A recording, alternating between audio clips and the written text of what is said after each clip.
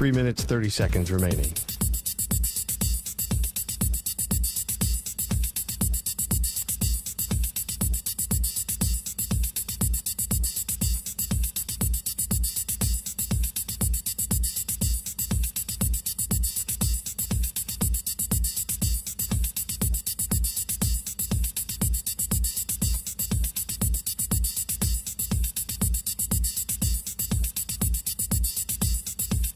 Three minutes remaining.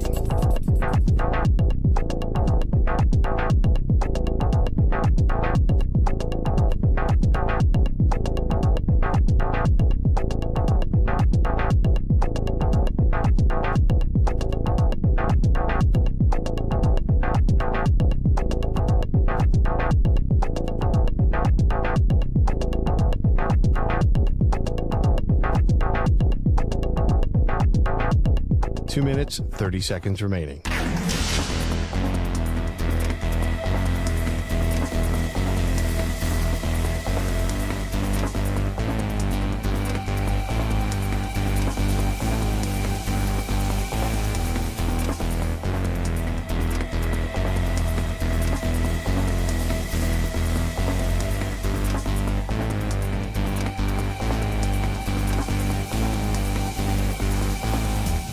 Two minutes remaining.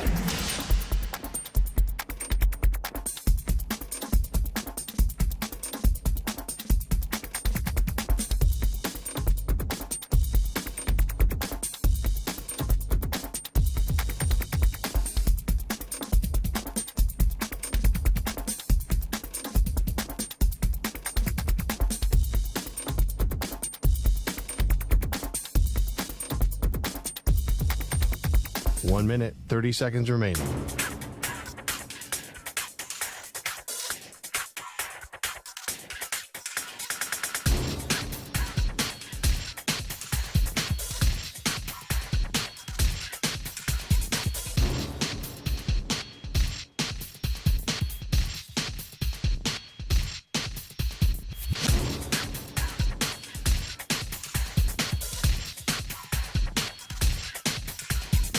One minute remaining.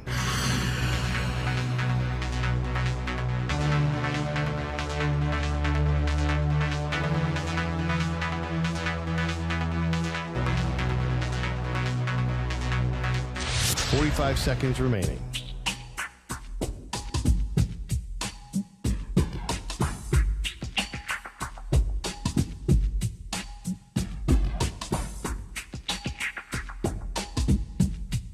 Thirty seconds remaining.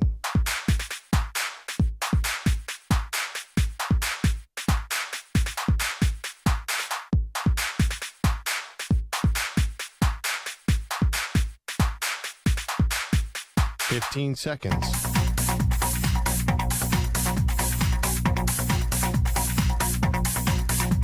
Break ends in 5 seconds.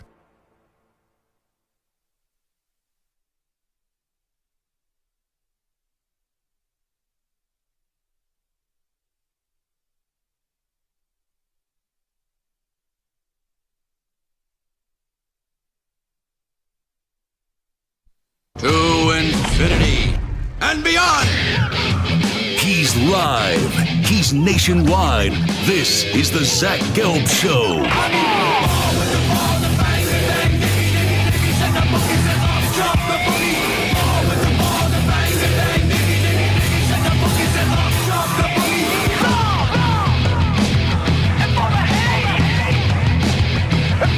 Here's your host, Zach Gelb.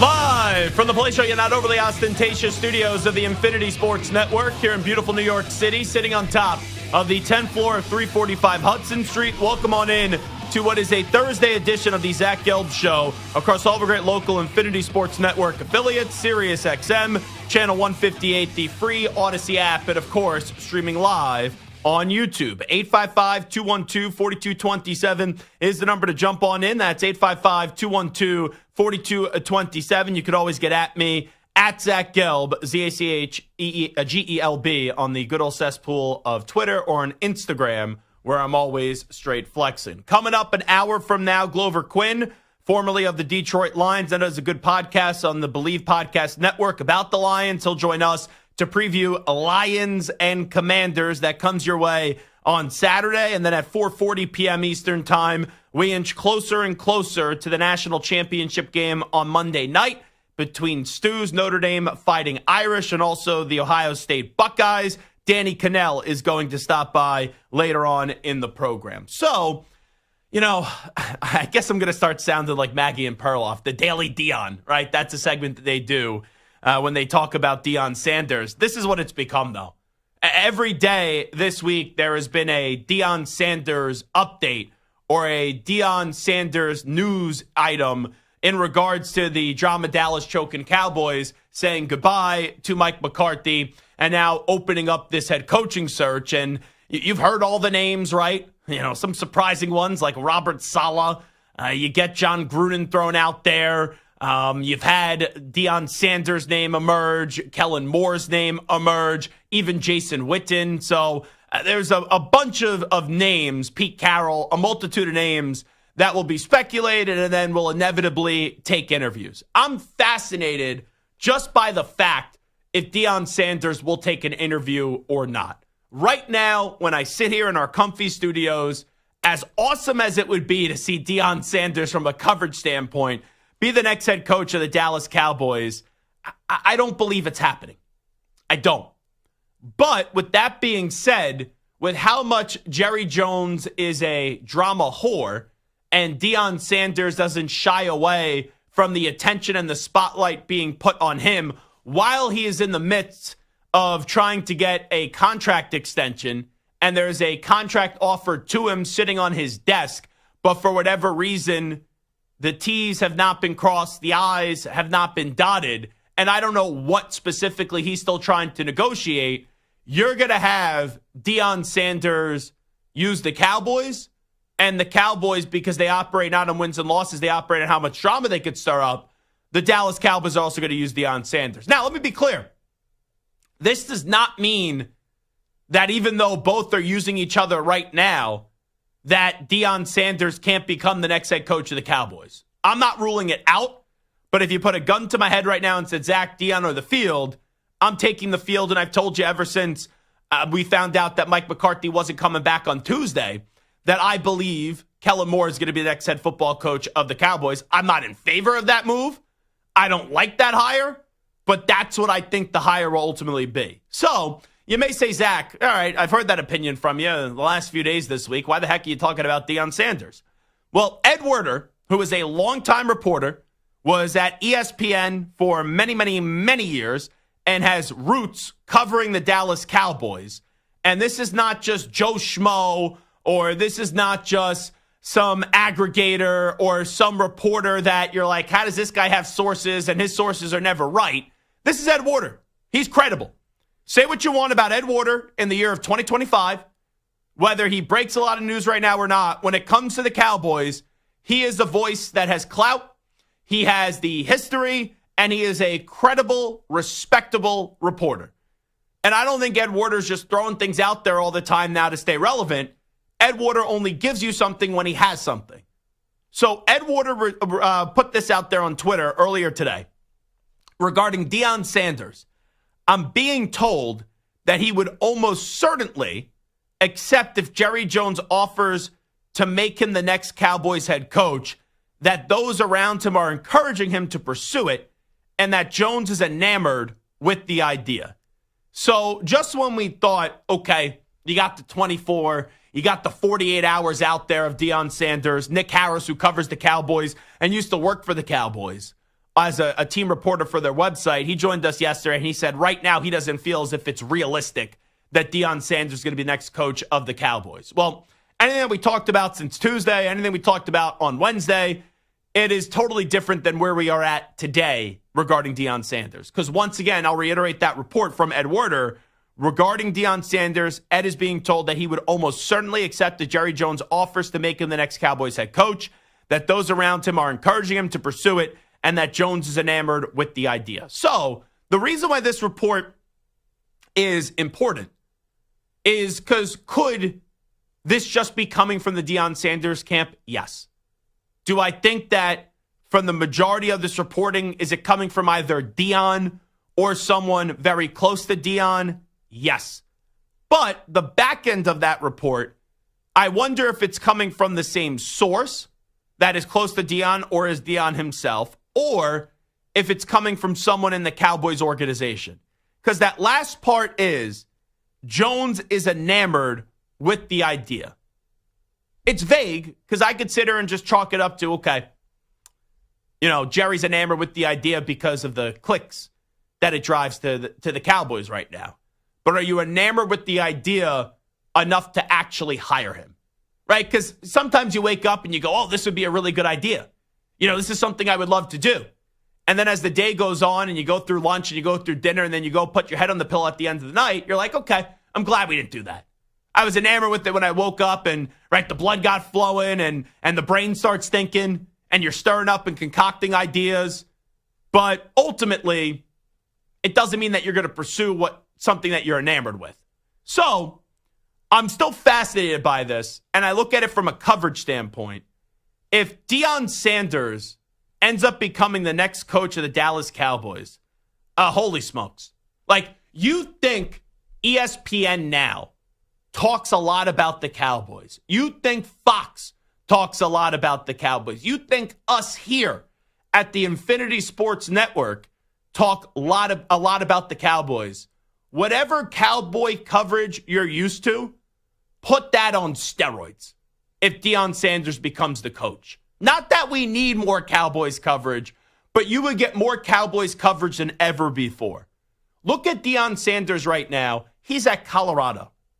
For the last 20 years, and I say this respectfully, no one's given a rat's ass about the Colorado Buffaloes when it came to football. No one did.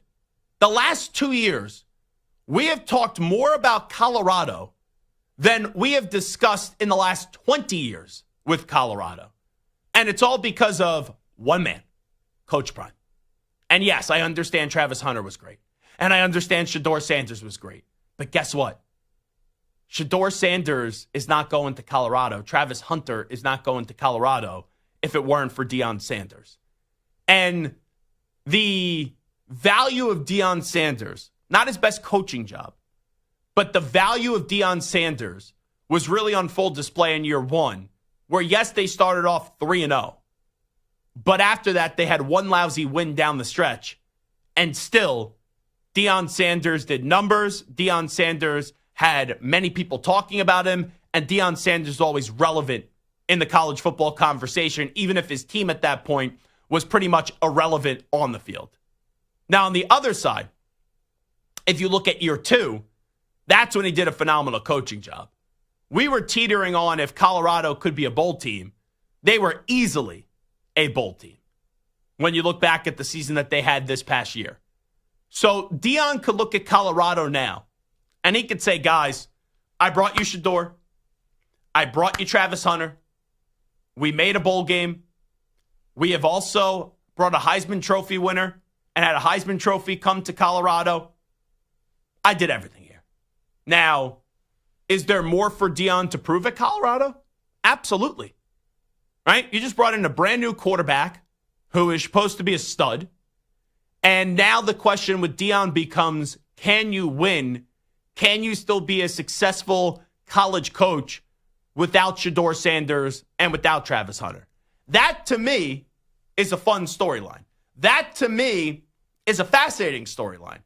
And quite frankly, if you get into, Zach, what do you think is best for Deion Sanders? I think Deion Sanders staying at Colorado is the best thing for him. For right now, not taking the Cowboys job. Yes, the Cowboys job would be more fun.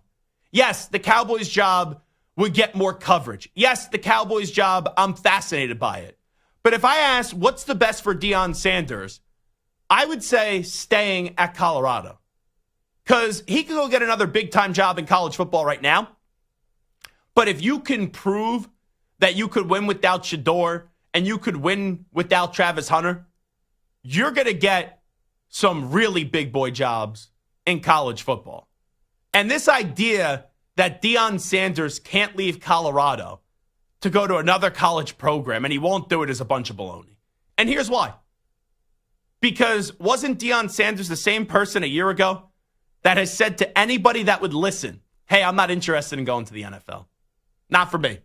And then a week and a half ago it was, I'm only interested if I get to coach my sons, plural, Shador and Shiloh. And now he's intrigued by the Cowboys job in a statement that he said to Adam Schefter, but he reiterated his love for Boulder, Colorado. It feels like negotiation games right now. That's what it feels like. But if I'm looking at what's best for the individual interest of Deion Sanders, I think trying to dominate this college football landscape is more appealing for me in terms of what's best for him than going and joining the Dallas Cowboys. Like, if he wanted to, he could spend the rest of his coaching career at Colorado. Now, I don't know if he wants to do that, but there's no way Colorado is going to fire him because the attention he brings and the money he brings into that university, it speaks volumes. Like, if something happened off the field, if there was some violation, things like that, could they part ways with him? Sure. But I don't think they're ever going to move on from Deion Sanders based on, you didn't win enough games in an individual season. As long as this AD, Rick George, continues to be there at Colorado. But also, if you say, what's more likely? Deion Sanders getting to the top of his profession in college or Deion Sanders getting to the top of his profession in the NFL? I think it's college. Right now, college football is faceless. And it has empowered smaller schools more than ever before if you have the cash and if you have the personality like Deion Sanders, because name, image, and likeness has brought parity to the sport. A 12-team college football playoff has brought parity to the sport. So, when you look at college football with no longer having Nick Saban and no longer having Jim Harbaugh, and no one really taking the baton this year to become the next face of the sport, maybe it could be Marcus Freeman. Ryan Day doesn't come off to me as someone that's a face of the sport. Kirby Smart, right? That's the standard. I don't know if he wants to be the face of the sport. Sark couldn't get the job done. Could he be the face of the sport at Texas? Yes, but he's got to win games in the college football playoff when you get into the Final Four. Like, there's a lot of guys in the conversation. Dan Lanning, if Kalen DeBoer gets it right at Alabama, I don't know if he has the personality to be the face of the sport, but you have the Alabama brand, but make the college football playoff first at Alabama. Like, there's a lot of guys under consideration. Lane Kiffin, but he doesn't get into the college football playoff. He has personality. Deion doesn't have the wins that would suggest you could be the face of the sport right now, but he has the personality. And if he keeps on dominating the recruiting trail, the transfer portal, maybe it doesn't happen at Colorado where you're a national championship contender, but if you win the Big 12, you could be right in that conversation. But you could eventually parlay that into a bigger job in the SEC or in the Big 10. You go to the NFL, I don't care who you are, what your brand is, how successful you've been at other places. If you don't win games, you quickly get disposed of within 3 years or less. Deion Sanders can still lose some games at Colorado or at some other places and still be able to keep his job. And I think it's easier for him to build, even in a landscape in college football where there's no loyalty. I think it's easier for him to build and succeed at Colorado rather than going to the Dallas Cowboys or maybe going to another college program. Like, I think he could build another college. I said it for years when he's at Jackson State that Auburn should have hired him. So the poll question today is, would you rather see Deion Sanders coach the Dallas Cowboys or the Colorado Buffaloes in 2025? Selfishly, I'd rather see him coach the Cowboys, right? From a coverage standpoint.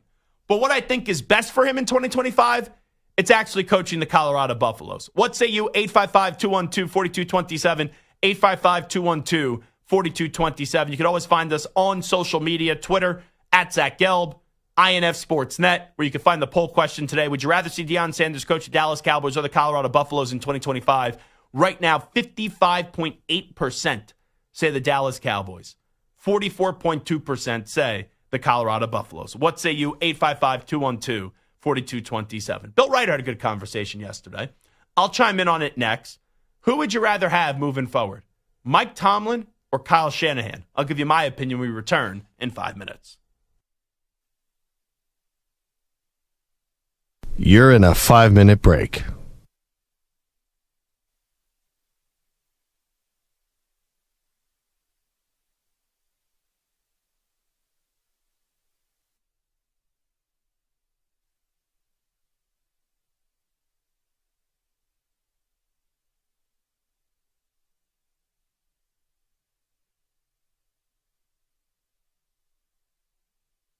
Four minutes, 30 seconds remaining.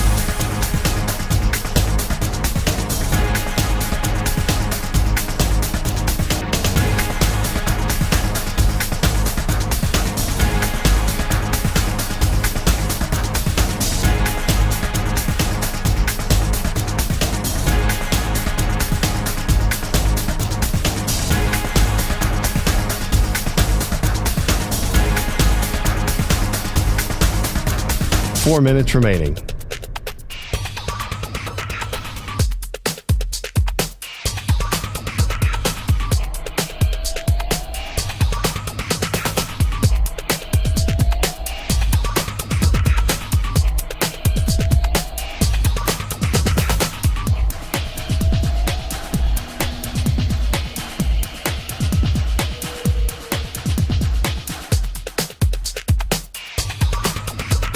Three minutes, 30 seconds remaining.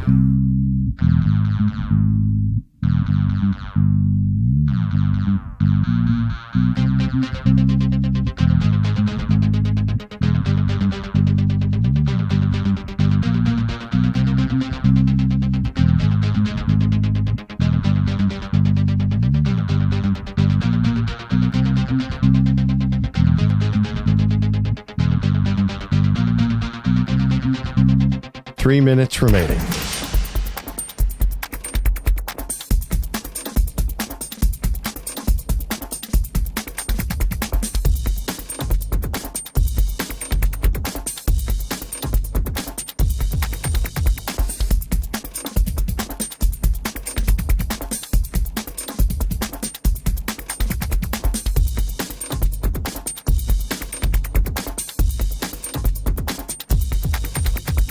Two minutes, 30 seconds remaining.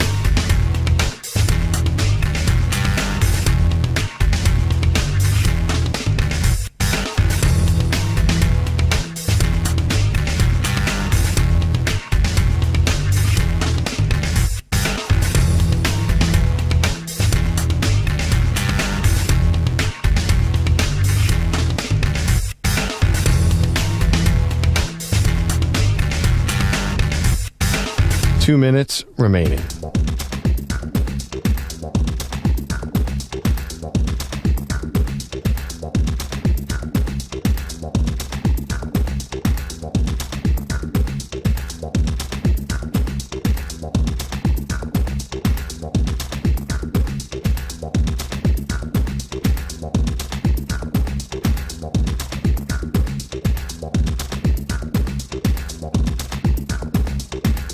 One minute, 30 seconds remaining.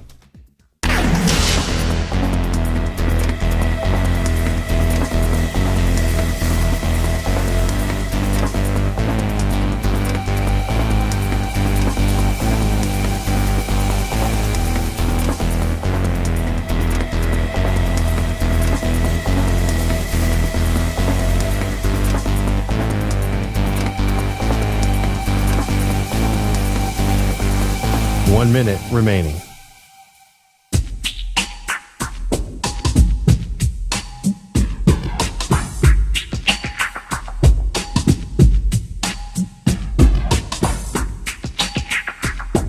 .45 seconds remaining.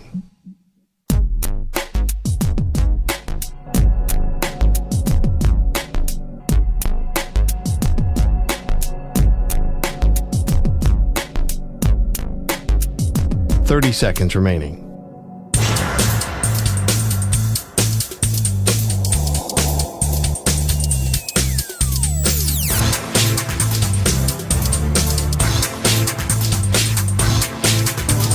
15 seconds.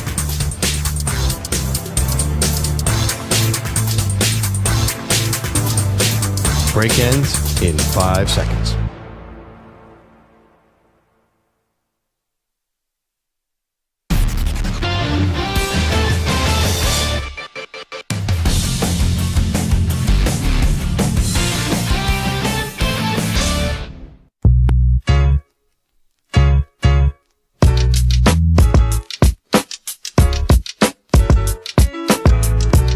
You're listening to the Zach Gelb Show on the Infinity Sports Network. Stu, I'm going to ask you a question here. It is the Zach Gelb Show on the Infinity Sports Network. And I wonder if your reaction is the same thing that I reacted to it. And I did have a change of heart after I thought about it more.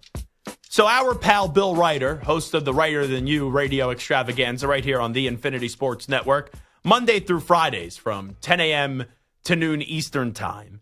He did a segment the other day on who would you rather have, Mike Tomlin or Kyle Shanahan. So coaching your team next year, who would you rather have, Mike Tomlin or Kyle Shanahan? What's the not the reason, just what's the first name that comes to mind when I ask you Tomlin or Shanahan? Which one? Tomlin. Really? Yes. See, my first reaction was Shanahan. And Bill's first reaction was Tomlin. And when I was sitting there and I just saw the headline, Tomlin or Shanahan, and I heard Bill Reiter say, I'd rather have Mike Tomlin than Shanahan. I love Bill, so I don't mean this way. But I'm like, that's a stupid take. And then the more I thought about it, I'd rather have Mike Tomlin. So I am with you, and I am also with Bill Reiter for the next 5 years of, let's just dumb it down that way. Would you rather have Mike Tomlin or Kyle Shanahan? I'd rather have Mike Tomlin. Now, the reason I initially said Kyle Shanahan, even though Tomlin has won a Super Bowl, but at this point, that's ancient history, I said to myself, well, I'd rather have Shanahan because he has won playoff games. He has been in 2 Super Bowls since 2020, right? Kyle Shanahan, even though he has choked some games away, at least he just doesn't get into the postseason. And then after that, Shanahan actually does some things with that. Where Tomlin just gets in, collects a participation trophy, says, okay, I won my 9 to 12 games, and then I'm going home like Marvin Lewis did for all those years with the Cincinnati Bengals. But here's what I've realized with Shanahan when I give it more thought. Mike Tomlin doesn't have a floor. Like, if you say, okay, what is Mike Tomlin's floor? It's 8 wins. That's still pretty damn good. And I understand there's a great frustration with Steelers fans, as they should, because Pittsburgh Steelers fans, they are used to a certain standard. They're an elite fraternity where they are one of 2 organizations that has won 6 Lombardi trophies, right? They expect Super Bowl championships. And even though Tomlin has delivered them a Super Bowl championship, he has not won a playoff game since January of 2017. So from afar, football fans like Stu, who roots for the Raiders, and they have just been firing coaches and firing GMs and bringing in new quarterbacks, really ever since, I'm not a fan of this guy, but Mike Lombardi said it. Ever since Rich Gannon kind of was done with the Raiders, it has just been a rotating door of characters, new coach, new GM, new quarterback, new coach, new GM, new quarterback with the Raiders. So I was a little bit surprised that I said something positive about Mike Lombardi, who I think said that on the McAfee show the other day. But anyway, so when Raiders fans or Browns fans, they hear Steelers fans bitch about Mike Tomlin not winning a playoff game since 2017, it's like, okay, your franchise won 6 Super Bowls. Your franchise is always in the postseason mix. Let me play my small violin for you because Mike Tomlin is a $183, 107, and 2 in his coaching career, and you haven't won a playoff game since 2017 January. So that to me is why Tomlin I'd rather have over Shanahan. Is yes, you may not get as far in the playoffs, but Shanahan still has never won a Super Bowl. He has had more talent recently than Mike Tomlin as well. And Tomlin has done more with less, with pretty much no quarterback. And I know, right, there hasn't been stability with Shanahan in San Francisco with the quarterback. But if you look at the rosters on offense and defense, Shanahan has had more to work with the last few years than Mike Tomlin. And you look at Mike Tomlin, he's been 10-6, 12-4, 9-7, 12-4, 12-4, 8-8, 8-8, 11-5, 10-6, 11-5, 13-3, 9-6-1, 8-8, 12-4, 9-7-1, 9-8, 10-7, and 10-7. That's pretty damn good. Where if you look at Kyle Shanahan, there's a floor, and I guess you could excuse the first 2 years, 6-10 and 4-12, because they had to build back up, right? Chip Kelly, Jim Tom Sula, post the Harbaugh era where it was stupid that they got rid of Jim Harbaugh. But you look at San Francisco since then, yeah, they were 13-3, then they were 6-10. Yeah, they were 10-7, yeah, 13-4, yeah, 12-5. This past year, 6-11. And this year, I know you could say what about Shanahan? Oh, well, the injuries. You know, Debo got hurt. Brandon Ayuk got hurt. Trent Williams got hurt. Right? A lot of injuries there. But this is a core now in San Francisco that is older.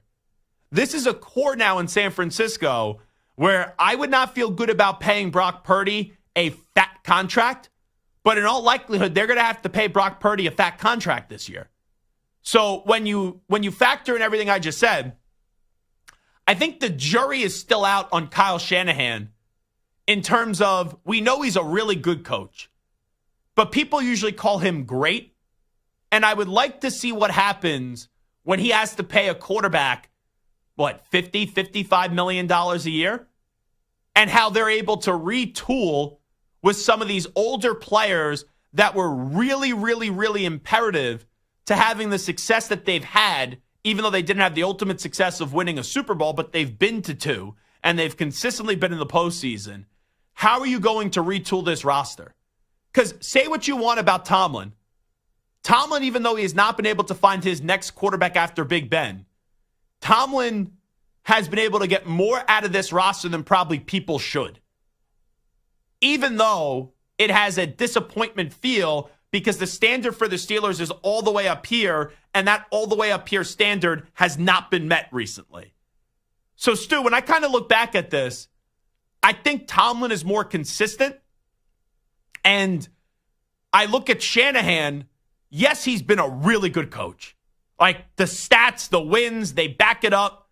When you've been 13 wins, 10 wins, 13 wins, 12 wins, but we've seen them have 2 years really from that run of 2019 to 2024 where there's been 2 6-win seasons. And now it's like, how much longer is Trent Williams going to play? You know, Deebo Samuel is clearly slowing down. Christian McCaffrey, phenomenal player. And I know you could plug and play in the running back position, but he's so elite. How many more elite years does he have? And then you look at what's happened on the defensive side of the ball. And they've had to rotate coordinators, and some get poached for jobs, and others, they just don't view them good enough. And they got to rotate in new coordinators, it feels like, each and every year on the defensive side of the ball. So they missed their window. Like, would it surprise you if San Francisco's back in the Super Bowl next year? No. But this idea of it being a foregone conclusion that they're one of the top 3 teams in the NFC, I can't say that right now. Like, you would think Detroit's not going anywhere anytime soon. Say what you want about Nick Sirianni, and I've been critical, but Nick Sirianni's won a lot of games with the Philadelphia Eagles. And you look at the rest of the NFC, yeah, the Rams are eventually going to have to probably find a new quarterback whenever Stafford hangs it up, but McVay's really damn good. You know, Seattle could get a quarterback. That division's going to be really tough. I know we're all kind of down on the Cardinals, even though they were okay this year, but Kyler Murray doesn't scream franchise quarterback.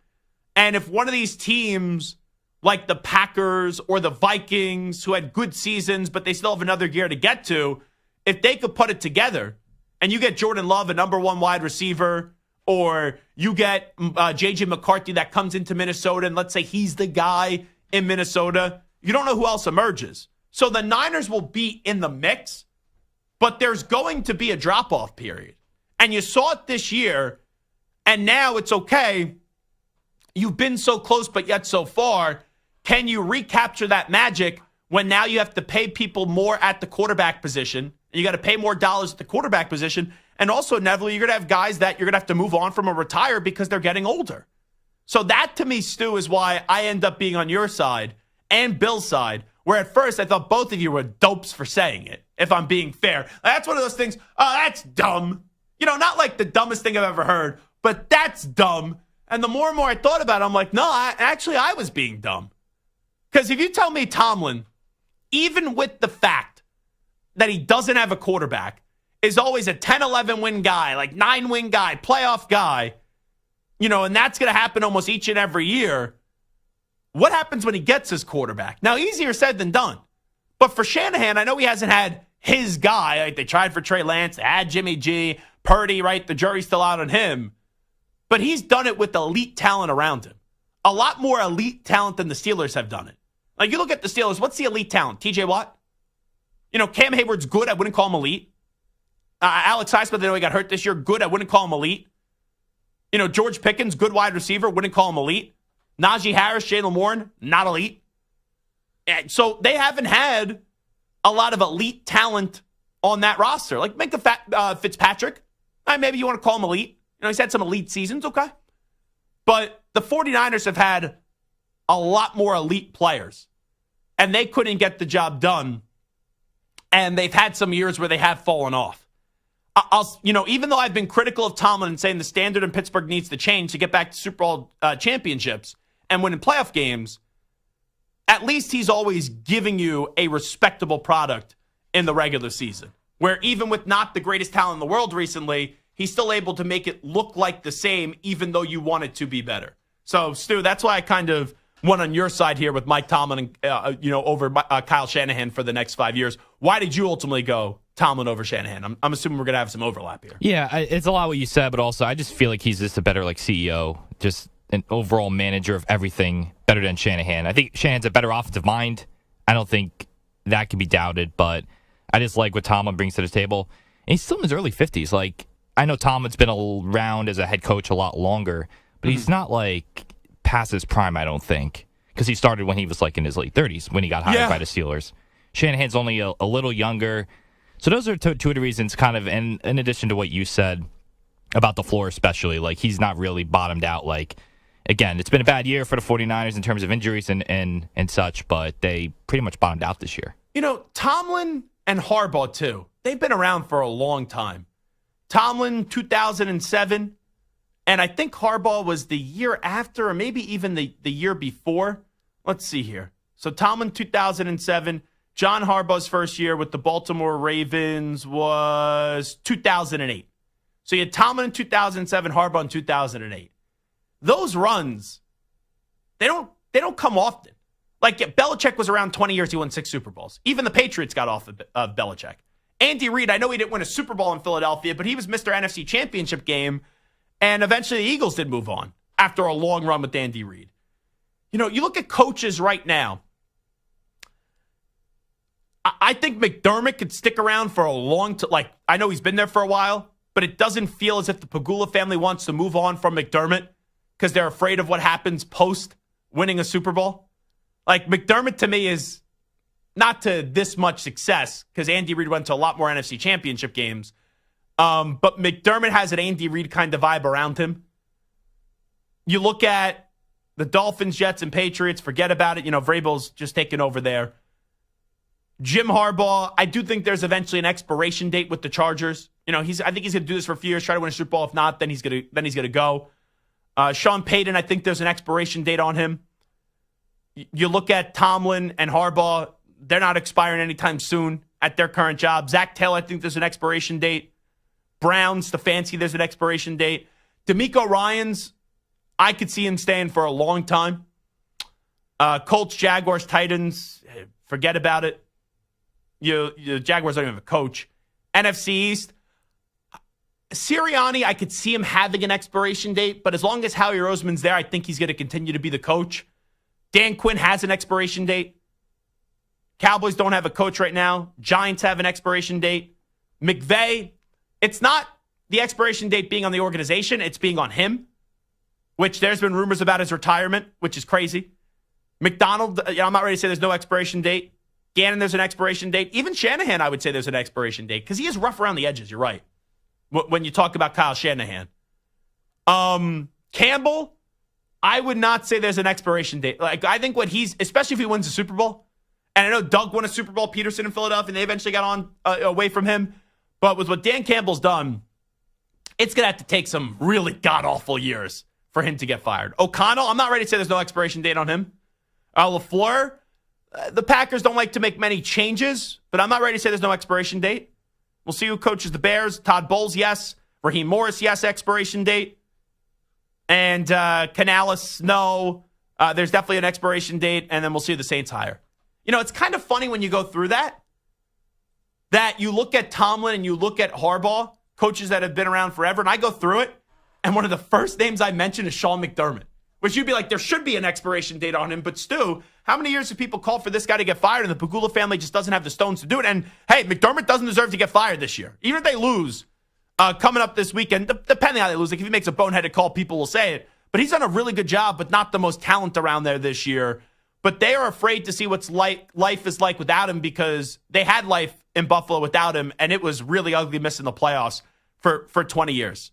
So I would say McDermott, DeMeco Ryans, and I would say Dan Campbell right now are the coaches that I kind of feel as if could go have, these 15 kind of year run that a Tomlin or a Harbaugh did have. And I want to throw McVay in there, but there's always that feeling with McVay. And I think you feel this way similarly, Stu, where once Stafford walks out the door, I don't know how much longer McVay's going to stay with the Rams before maybe he resets, does TV, right, builds his family, does a job that's a little less stressful, and then maybe pull a Gruden. Maybe it doesn't take 10 years, but then inevitably return to an NFL sideline. Yeah, he was one of the first names I thought of, but like you said, I think it's more on him. I don't see the Rams moving on from him. If he wants to stay, I could see him staying there for a long time. But that's the question. You just don't know when, if or when, that he's going to make that jump. And Harbaugh, right? Like he's won there, 2 Super Bowls with Harbaugh. You look at Tomlin, just 1 Super Bowl with Harbaugh. Hey, 1 Super Bowl buys you a lot of runway, but for both Harbaugh and Tomlin, and hey, Harbaugh's had this second run with Lamar Jackson since moving on with Joe Flacco. And ever since Big Ben retired, you haven't seen Tomlin win another championship or even win another playoff game. But just 1 Super Bowl, I know I say just 1 Super Bowl, a lot of people get annoyed. That doesn't usually give you one of these 20-year runs. But in this case, it has for both. So who could be the next Harbaugh? Who could be the next Tomlin, the coach that we look at right now that in 20 years we're sitting there and we're saying, wow, that coach is still there. 855-212-4227. We'll take a break. We'll come on back. We'll update you some of the biggest stories in the world of sports with some audio. We will do a news brief next. Update time first. Here's Zach. Infinity Sports Network Sports Flash. Well, here's a riddle sponsored by Progressive Insurance. What do your home and auto have in common? Progressive protects them both. It was an easy riddle. Learn more at Progressive.com.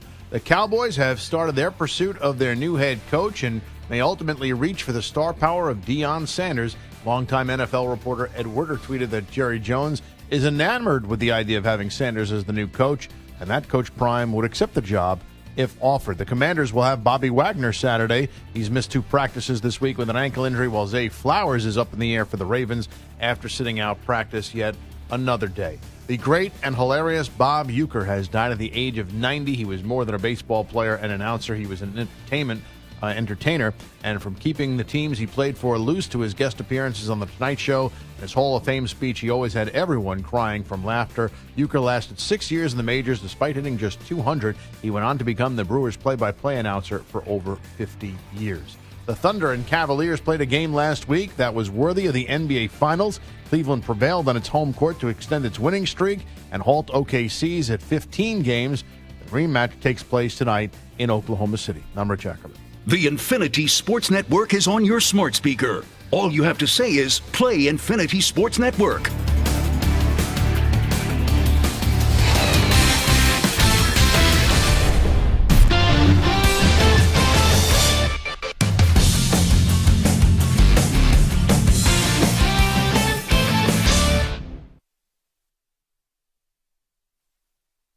You're in a 5-minute break.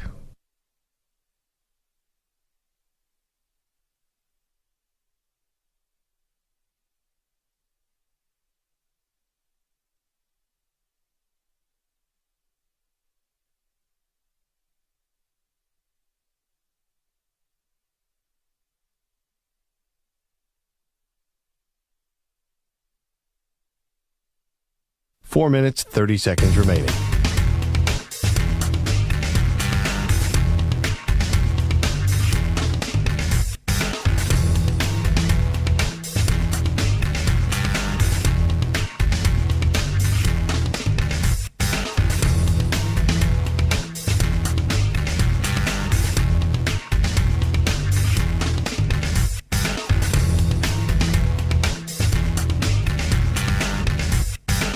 Four minutes remaining.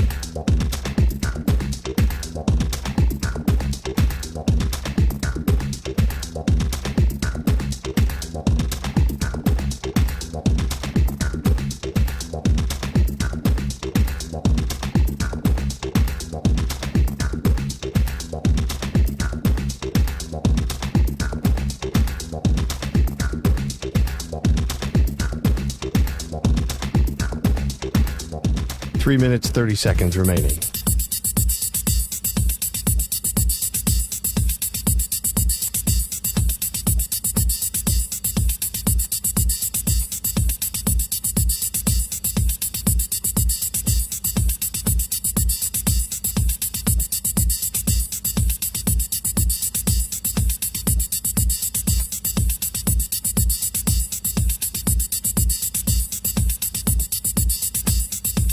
Three minutes remaining.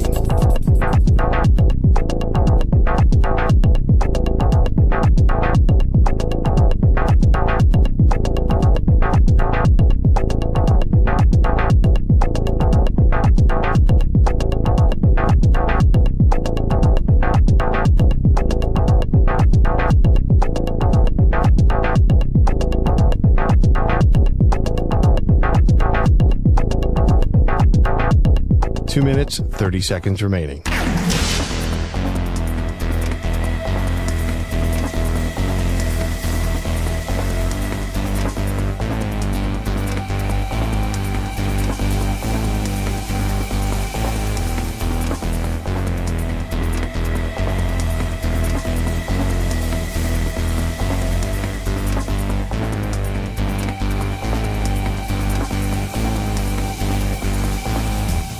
Two minutes remaining.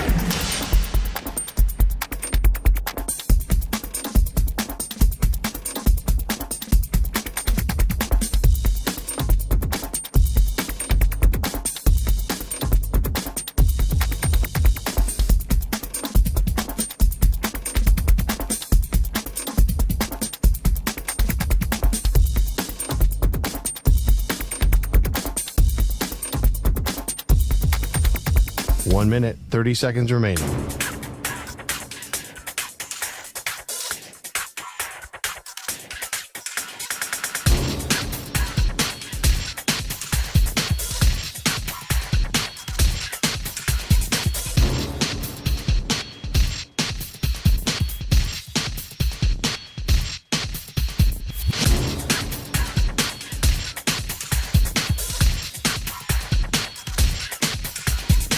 One minute remaining.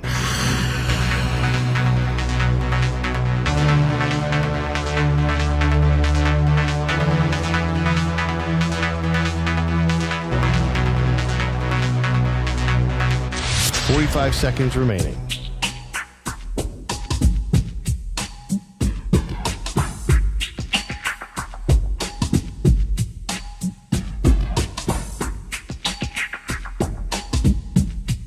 Thirty seconds remaining.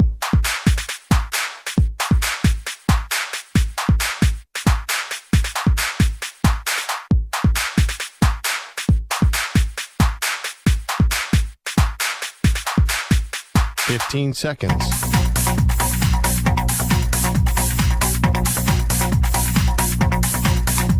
Break ends in 5 seconds.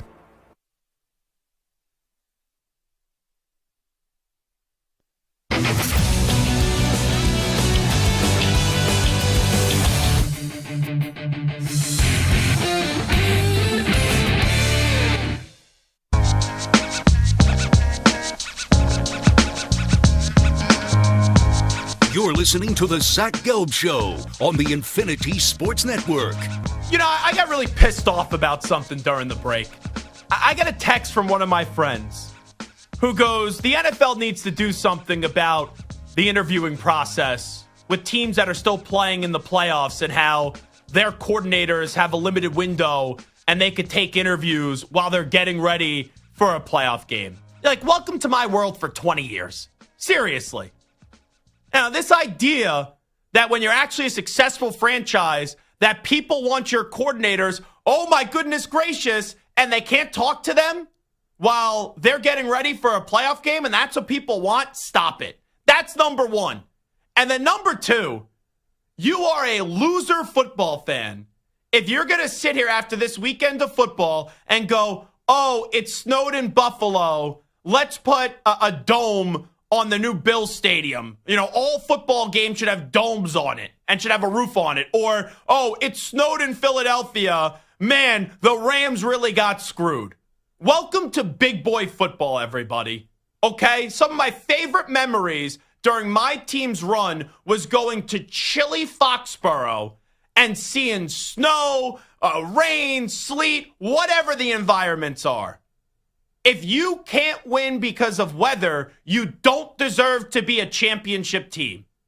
Like, if you get affected by the weather, if it's, oh, it's too cold, oh, it's too snowy, and your coach can't get you ready, and your players can't get ready for those elements, stop. You don't deserve to win. So stop bitching about, oh, my team's successful, but how dare we have to play in the cold? Or, oh, my team's successful, and how dare we have to have some of our coordinators interviewed? Welcome to what it is to be a successful, good team. You sometimes have to play playoff games in the cold. It's January. You're sometimes going to have your coordinators have to do two jobs at once where they're preparing their team to get ready for the game coming up on Saturday and Sunday and also thinking about their future and interviewing for other jobs. So let's just stop with that nonsense on both fronts. You know, I'm bringing back the Zach Gelb Show PSA today. That's what I just brought back right there. Don't bitch about playing in the cold, and don't bitch about your coordinators getting poached by other teams and doing interviews as they still have to get ready for a game. That's that. All righty, let's get to a news brief. Extra, extra, read all about it. Extra, extra, read all about it. Time for your daily news brief. We get you caught up on the rumors, reports, and reconnaissance from the day in sports. You know what I should have said, Stu? And I give credit to Two-Tone Tony, who has become very witty. You know, I thought it may have been a mistake. I DM'd Two-Tone Tony on Twitter. And then that opens up my DMs to Two-Tone Tony. And he has sent me some witty takes and some witty content. And he's always a good chatter in the YouTube chat. And he goes, you should have called them a bunch of snowflakes. He gets the people that are complaining about the cold. Let's start with Lamar Jackson. Oh, I didn't even know this was on the sheet. On the cold weather expected this weekend in Buffalo. Hopefully we have some heaters on the sideline, bigger jacket, probably. You don't do gloves under any circumstance? No. I tried it in practice. I was horrible. Leave that up to Teddy, two gloves, Teddy Bridgewater. It seems like you do handle the cold weather pretty well. I mean, being a Florida guy and everything. Yeah, man, I'm trying to win, so it really don't matter. I can't go into a game and be like, man, it's too cold. I can't make things happen. You know, Coach them probably send me home. Eric them be probably trying to come, you know, have me go upstairs and talk to him and stuff. So I got to lock in the cold. Here's what I don't get, Stu. Like, okay, the Rams, if people are going to complain about the cold, you know, they live in L.A. Like, the Rams play in L.A. When did Baltimore become Florida?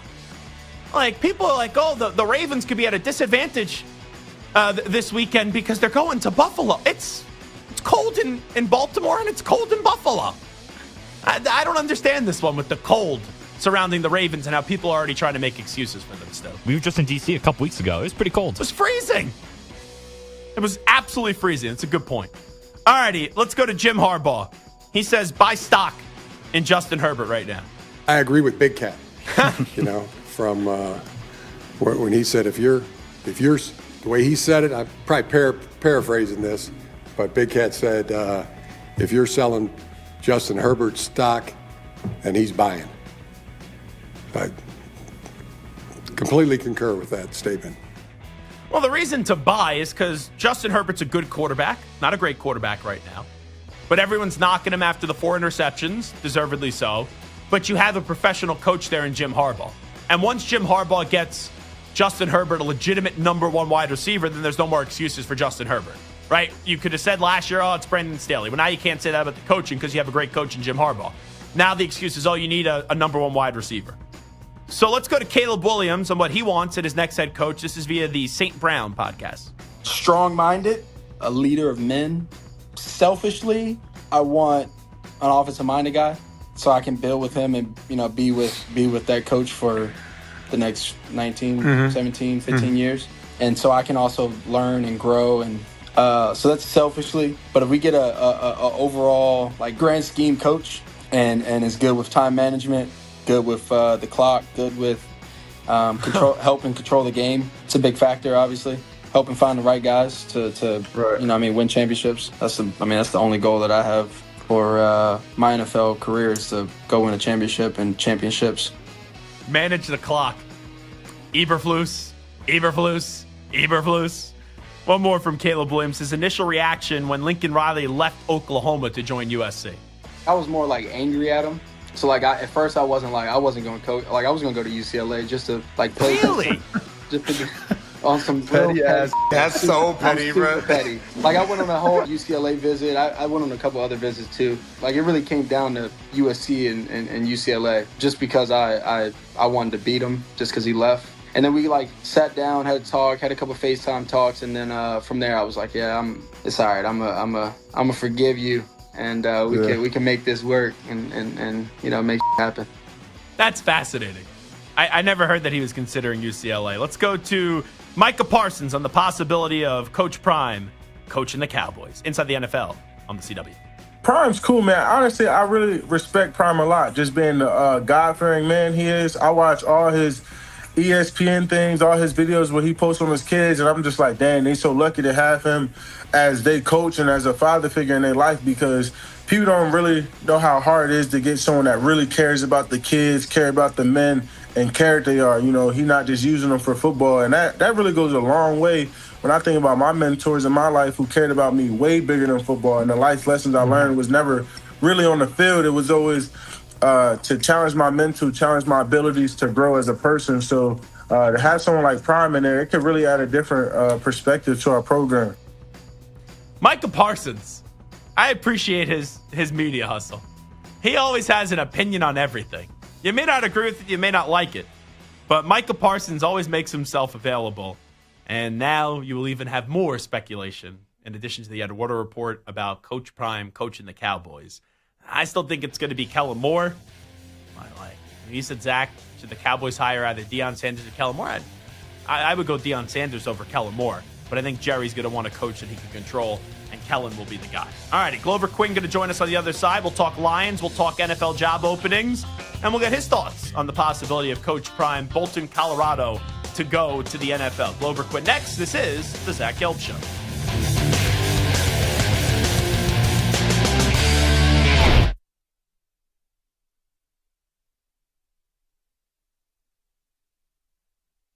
You're in a 5-minute break.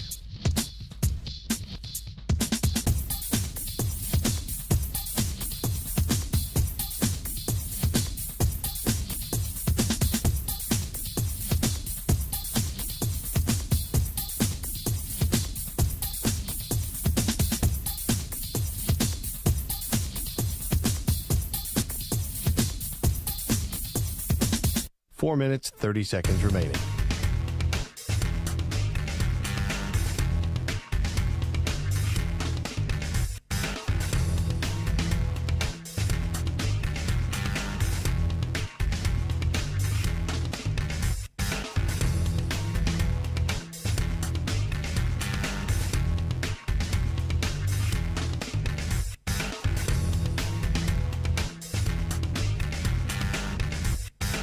Four minutes remaining.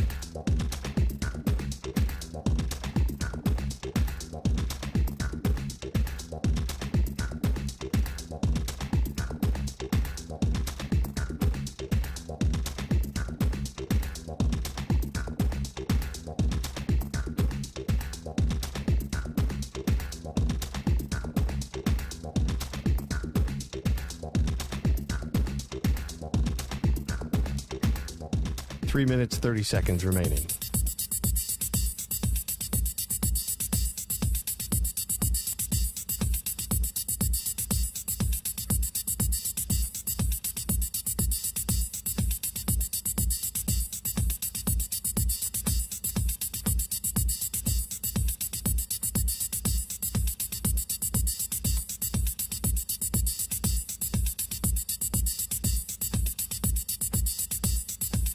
Three minutes remaining.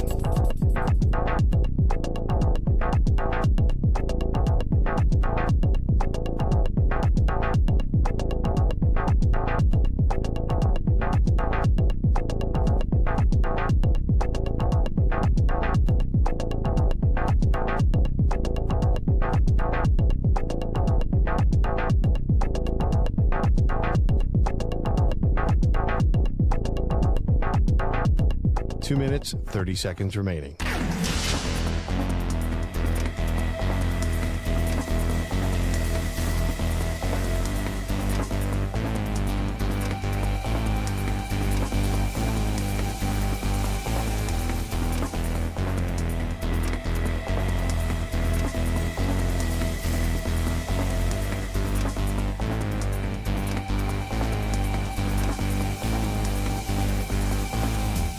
Two minutes remaining.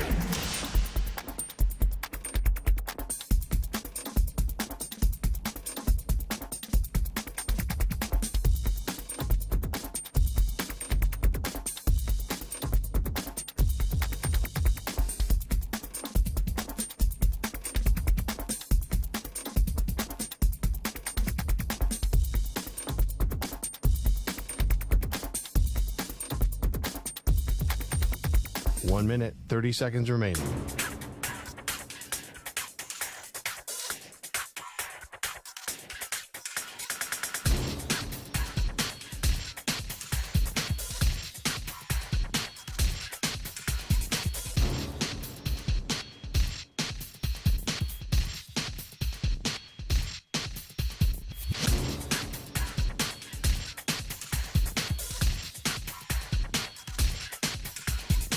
One minute remaining.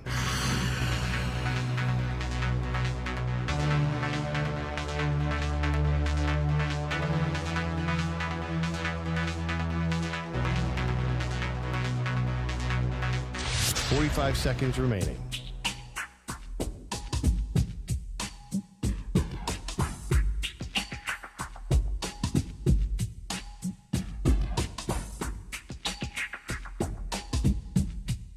Thirty seconds remaining.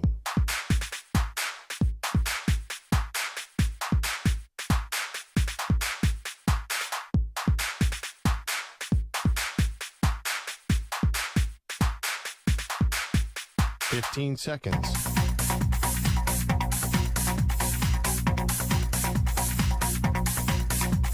Break ends in 5 seconds.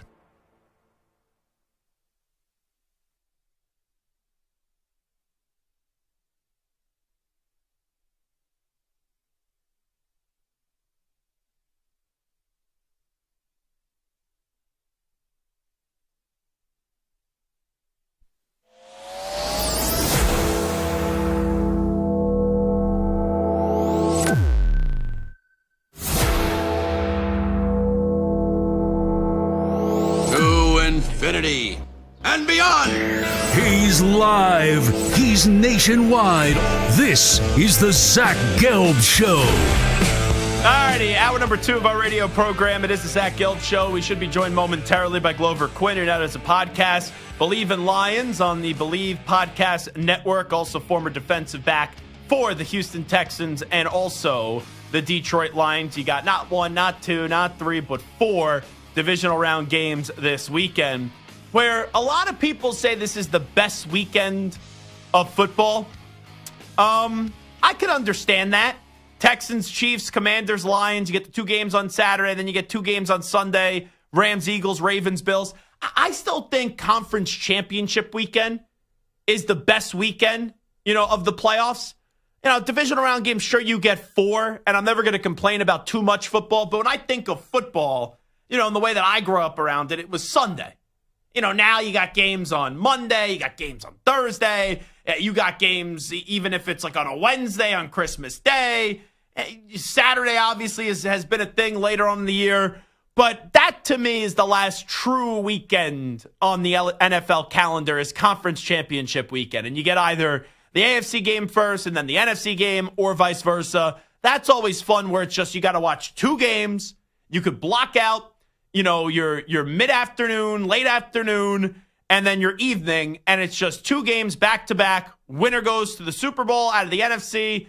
And the loser out of the NFC is done. Same thing can be said about the AFC too. But, we got some good games. Texans Chiefs, I'm curious how close of a game that's going to be. It wasn't that long ago that we saw the Texans go into Kansas City and they couldn't win. It was 27-19, but it was a respectable game. So now a lot of attention shifts to Houston. Can you get the job done and actually be one of those elite teams in the league? Kansas City, you know what the storyline is.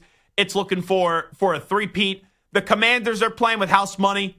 What Jaden Daniels has been able to do this year has been so fun, so sensational. Even if they got blown out in this game, no one's walking away really criticizing the Washington Commanders. And for the Lions, this is your best opportunity to go win a Super Bowl. Like, the Vikings are now out.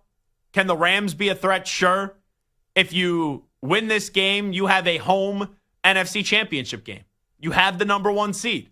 And I'll be curious how we're talking about the Lions at the end of the season. Because, people have given the feel of this is the Lions' year. And you looked at the Baltimore Ravens last year. They have the one seed, right? This is their year. They beat the Texans and coming off the bye. And then in the AFC Championship game, they were flat on offense going up against the Kansas City Chiefs. So the Lions and Ravens, where the Ravens were last year, is kind of where the Lions are at this year. And we'll see if the Lions could do what the Ravens failed to do a year ago, which was get to the Super Bowl. Rams and Eagles. You know what? Ravens and Bills is the game that everyone's most intrigued by. But when you take a glance and you look at a game that I'm just fascinated by how it plays out, if you take Ravens and Bills off the schedule and off the table, between the Texans and Chiefs, Commanders and Lions, Rams and Eagles, I'm most intrigued by Rams and Eagles. Because you look at the home teams, right? Kansas City, the Lions, the Eagles. But then you look at the road team, the Commanders already feel like they've overachieved. It doesn't feel as if the Texans are ready to take that next step.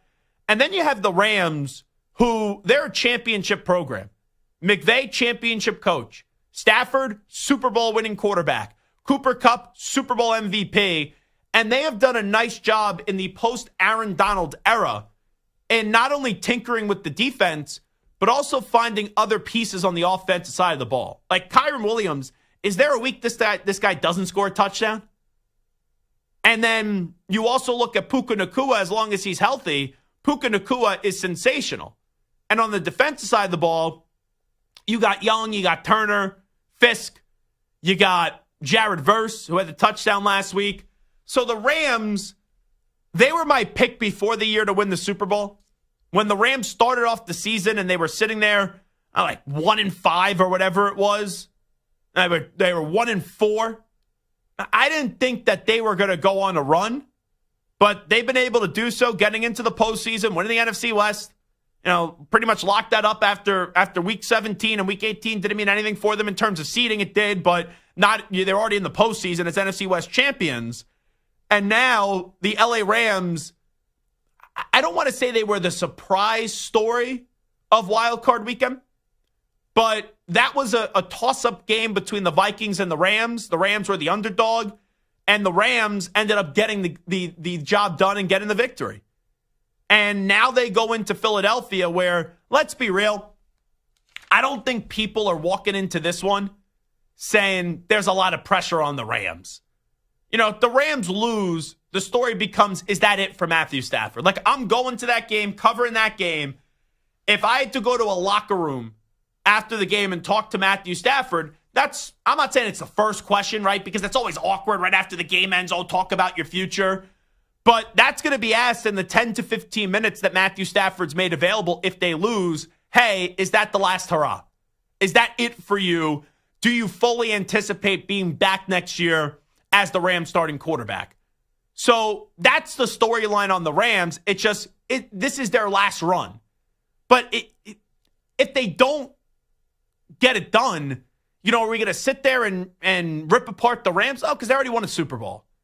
Now, the question then, if Stafford leaves, is how much longer does McVay stay? But they have done a nice job in after winning a Super Bowl. Like a lot of times you see a team win a Super Bowl. Not everyone can be the Chiefs and the Pats. And you see the foundation of the team that won, right? Other guys leave to go get more money. You're picking in the back of the draft, and you don't have that many draft picks. And Les Snead once famously said, F them picks. And they have done a really good job hitting with the picks that they've had and also bringing in young talent to this team. So once Stafford leaves, you got to find that next quarterback, and you wonder if McVay stays. But I'm fascinated to see if the Rams could actually walk into Philly and get the job done. Because if you take the Ravens out of it, the 3 road teams this weekend, Texans, Commanders, and Rams, I would say the Rams are the most dangerous. Stu, how would you rank those teams? 1, 2, 3. Most dangerous to get the job done, walk out with a victory this weekend, Rams, Commanders, and Texans. How would you rank them in most likely to least likely? I think Rams would definitely be number 1. Mm-hmm. I just really don't see. I really don't see the Texans beating the Chiefs as good as C.J. Stroud is. Yeah. So it's close between those two, but I'd probably go Commanders second and then Texans third. I go Rams 1. I agree. Even though you could argue the Rams, they have the toughest matchup. Like, the Eagles are the most well-rounded team. The Lions, their defense has played better as of late, but they've lost so much of the defensive side of the ball. The Chiefs are the Chiefs. Mahomes has not been great this year, but you expect Mahomes is just going to turn up come postseason time. But yeah, I would say that the Rams are the team I have the most confidence in out of those 3 to pull off the upset, even though Philadelphia is a wonderful team. I'm actually going to go Texans 2 and then Commanders 3. The Lions, I know the Commanders have been a wonderful story, but I kind of compared the Lions to the Ravens a year ago. The Ravens basically sleptwalk through that first half a year ago in the divisional round up against the Texans. Could the Commanders with Daniels pull off the upset? Yes. But I think it's more likely that the Texans pull off the upset against the Chiefs than it is the Commanders pull off the upset with the Lions. And the reasoning is really 2-part. Even though I think Jaden Daniels is a better quarterback than C.J. Stroud, C.J. Stroud has been very impressive his first 2 years in the league. But more importantly, what has been the way that Kansas City has gone down in the playoffs? If you look back at it, the times that the Patriots beat them, probably more so the Bucs beat them, and then the Bengals, you really look back at that. And the Patriot one, it was just Brady was on a different planet, but they did hold Mahomes, I think, to only 7 points in that first half. The other 2, though, the main talking point was the Buccaneers defense and then even the Bengals defense. If you go back to that AFC Championship game and they stopped Mahomes right at the goal line when he made that mistake, and they didn't let Mahomes breathe in the second half. The Texans have those 2 pass rushers in Danielle Hunter and Will Anderson Jr. that could cause havoc. And the Chiefs, they haven't had the dud performance yet in the postseason. You lose in an AFC Championship game, I'm not going to crush you. But I'm talking dud performance with Mahomes at quarterback in the divisional round. Even Brady, right? They lost to the Jets in the divisional round. There have been those dud performances, not a lot, where you lose when you're not supposed to lose in that divisional round weekend. So I would say that the Texans are the team I have the second most confidence out of the 3 road dogs. Just if you go Rams, Texans, and Commanders, and I put the Commanders in at 3.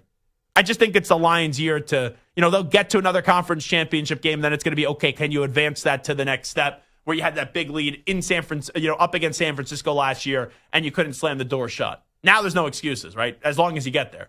I don't care who you play. You're home, and we know how good they are in that building, and that's a football team that if it's not now, then when?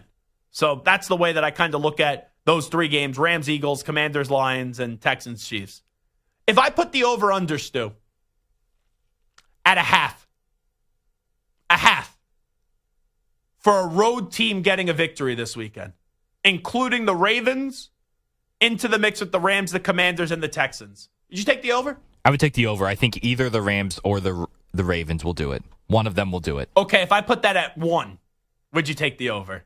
I don't think so. I think one will, but I don't see both doing it. So you anticipate bare minimum three road teams to go down this weekend? Yes. Okay.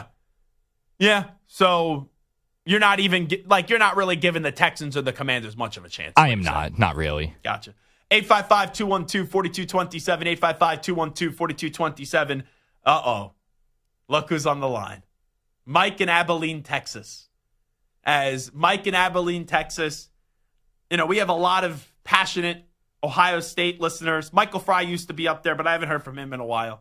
So Mike in Abilene, Texas, has taken the baton of Buckeye Nut, Buckeye fan numero uno on this extravaganza. And usually he's more negative than positive, but we will see what the prediction is for Mike in Abilene, Texas, when Stu's Notre Dame Fighting Irish on Monday night are in Atlanta, Georgia, going up against Mike in Abilene, Texas's Ohio State Buckeyes. Mike, what do you got cooking for us today? As always, the man, the myth, the legend, best show on air. Stu, you're the best as well. Thanks for taking my call. Learning to be appreciative, one of my goals for 2025. We'll see how long it lasts. Well, hey, I'll give you credit. It's 16 days into the new year. That's pretty good. Yeah. We'll see how long it lasts. I would have taken the under on you, if I'm being honest. Hey, I'm a bet. If I were a betting man, I'd tell you to take the under. Super excited to be back here. Last national championship, I kind of, we ran into that Bama squad full of studs, and we weren't as good as we are. We didn't have as much talent as we do on this roster. So it's just nice to be where, in my truly biased opinion, I feel like we belong this year. I'm a crazy fan. I'm super fanatic, but I'm also try to be a realist. And I don't think my craziness has been too crazy, because look at our freaking talent, man. When we do click, this is what we're capable of. You've been fair this year. I will give you that. You've been fair this year.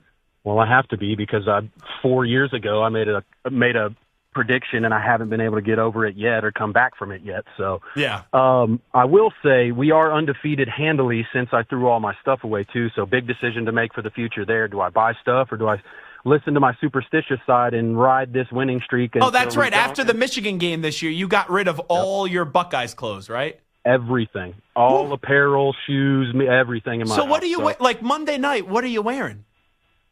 Anything but Ohio State, because that's the streak right now. We're undefeated since that happened, so I'm going to ride it till the wheels fall off. I do. Now I feel compelled. I feel compelled to send you an Ohio State shirt and get it FedExed to your house overnight to kind of mess up, your happiness a little bit, Mike. I will tell you this: if I got a package from you and it was anything, I still owe you, putting on the Michigan shirt and jersey, and one day I hope I can get up there to your studio and make good on that. But man, if I get anything from you in the mail, it's getting donned, and I will. Okay. My wife has social media.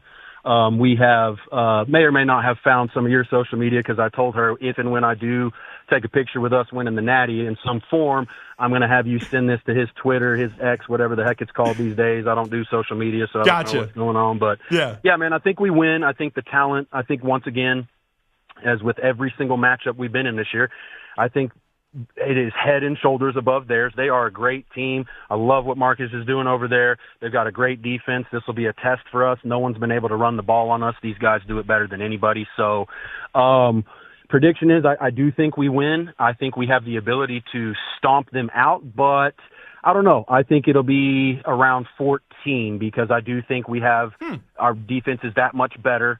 And we have playmakers everywhere, and I think, we're going to see a Jack Sawyer type. I don't know if we'll see an 83-yard strip sack fumble touchdown, but, there's going to be some big plays made for us, and it's going to lead to a 14-point victory, and we're going to be back where we belong, and it's going to be great. Well, I will say this. I hope that Lou Holtz is very happy on Monday night, and I hope Notre Dame does win and Ryan Day is crying day again. But I will say, Mike in Abilene, Texas, if your Buckeyes do win on Monday, I will be happy for you, and I will be looking forward to seeing your wife sending me a photo of you in a moment of elation because I know how tough the last 4 years have been on you. That's great, and I will oblige. You got it. All righty, Mike. Appreciate it. There he is, Mike in Abilene, Texas, joining us on the Infinity Sports Network. I kind of hope if Ohio State loses that his wife does us a favor and still gets him for content. You know, I think he was mad at me there at the end. I was like, I hope you lose. But, if you win, I'll be happy for you. Stu, do you think you'll cry on Monday if they lose your Notre Dame team? I don't think so. No? I won't cry. I'll be disappointed and probably pretty upset, but I don't think I'll cry. Have you ever cried over a sporting event? Not like a loss. Actually, I'm trying to think when I was younger, a lot younger. I've cried like when guys have retired. I think the closest I came to tears was 2007 when the Pats were 18-0 and they lost. But I don't actually remember crying. I just remember getting really red and frustrated. I think maybe 2001 World Series Yankees losing in Game 7 or 04 against the Red Sox. That's probably the closest I've come to crying. Yeah. NFL, no. I don't like closest 07. The Mets, not really. And the Rangers, the Stanley Cup final that I was alive for that they lost in, they were down 3-1 and they lose in double overtime in Game 5. Stunk. I sat on my couch for 2 hours and just stared and did nothing, but I did not cry. All righty. This is Zach Gelb Show on the Infinity Sports Network. Take a break. Come on back. You're in a 5-minute break.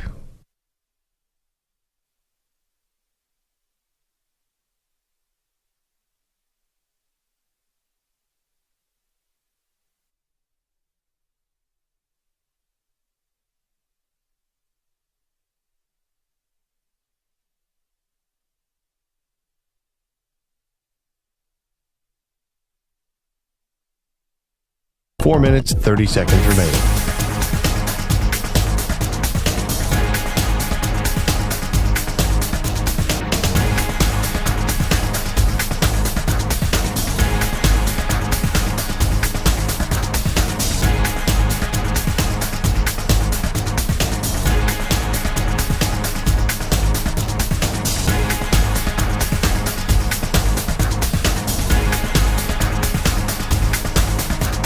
Four minutes remaining.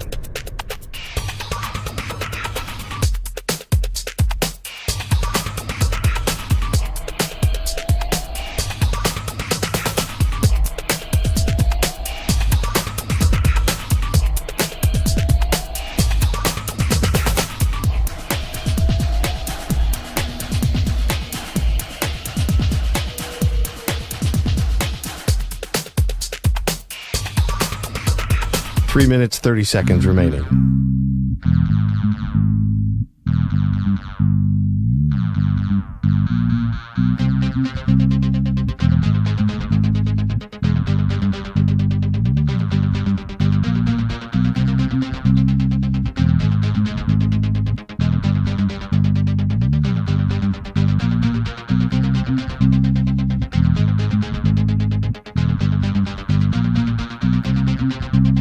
Three minutes remaining.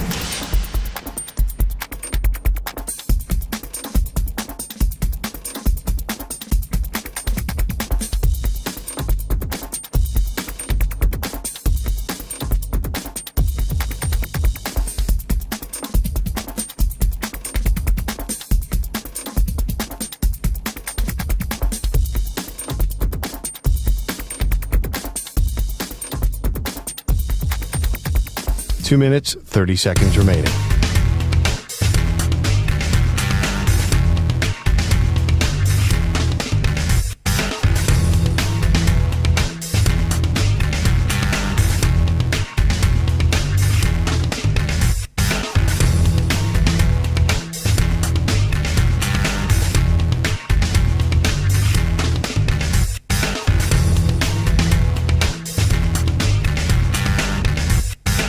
Two minutes remaining.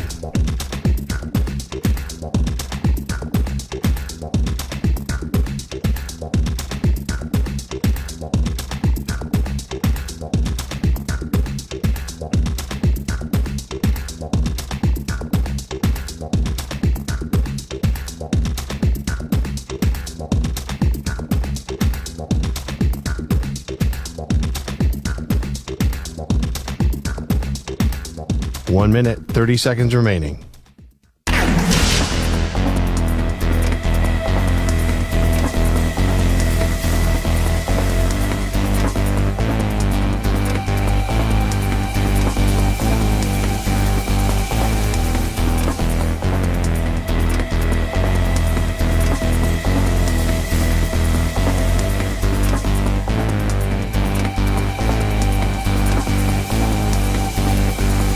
One minute remaining.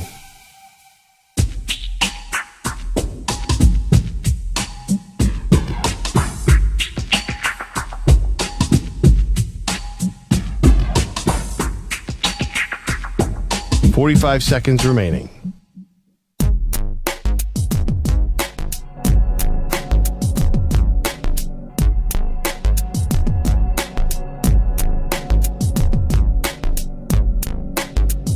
$30 seconds remaining.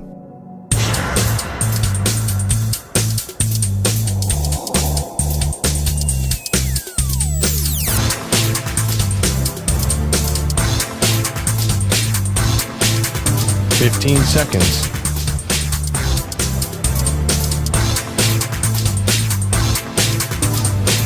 Break ends in 5 seconds.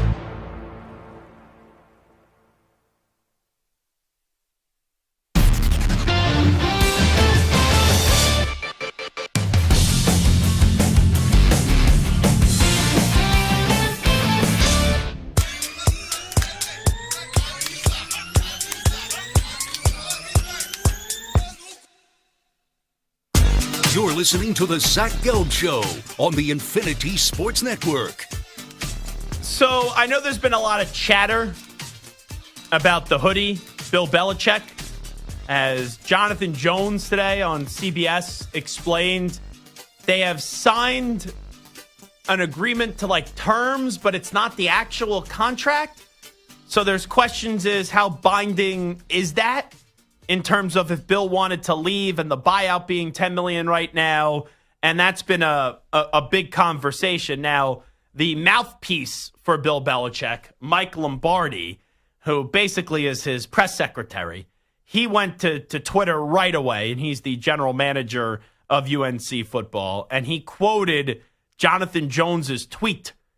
And the original tweet from Jonathan Jones was news at CBS Sports. Bill Belichick does not have a signed contract at UNC, which is not uncommon in college, but does introduce a gray area as to how much, if any, of the $10 million buyout would be paid should he bolt for the NFL. Now, the human mouthpiece for Bill Belichick, Mike Lombardi, said, Bill is recruiting in D.C. today and Baltimore tomorrow. His focus is on North Carolina football, hiring staff members and developing the team. The NFL isn't an option, so please stop making it one. Thank you. I love how he put the thank you at the end. Because he is the press secretary for Bill Belichick. That's what the title for Lombardi should be. Press secretary at UNC football, not general manager. Well, I'll ask you this question before I give you the piece of information that I just stumbled upon during the break. Stu, do you believe Mike Lombardi, the human mouthpiece for Bill Belichick, that Bill Belichick is not bolting for the NFL at this time? I agree. I think Belichick will stay at North Carolina. I do as well. Now, no offense to Mike Lombardi, I think this means a little bit more. You know who Jordan Isabella is? Do you know who that is? Just wondering? No. That is, you shouldn't know who she is. That's Bill Belichick's 24-year-old girlfriend. I was going to say granddaughter, but it's his girlfriend. Bill is 72. He's dating a 24-year-old. She has a very popular social media account these days, which has over 33,000 followers on Instagram. Oh, I guess her name is Jordan Hudson, but her Instagram handle, I guess her middle name is Isabella. It's Jordan_Isabella, but they then goes to it. It's Jordan Hudson. Anyway, that's you can find her on Instagram. Very good-looking lady, if I may say so myself. And I could say that it's not creepy because I'm 30, she's 24. But they post a photo together where Bill is dressed up in a North Carolina blue suit. She is holding a football in her hand with a Tar Heel on it, and she is smiling as if Bill Belichick is the most romantic human being on the planet. And in the photo that was posted 56 minutes ago, it says pictured two people who are overtly committed to UNC football. That's what you get from Bill Belichick's girlfriend. Now, do I just think it's a coinky-dink that she put that photo out there today? No, I do not. I think it's because what you realize here, and maybe this gives a little bit into Bill Belichick the last 20-something years. Bill has always surrounded himself with people that have not been very open on social media, right? Like, I don't ever remember Charlie Weiss or Romeo Kanell firing off a lot of social media posts. Even Josh McDaniels. A lot of the people that Belichick usually surrounds himself with, they fall in line with Belichick, Snapface, InstaChat, and just making a mockery of social media. Well, his girlfriend, being a somewhat normal 24-year-old, is very much so involved with social media.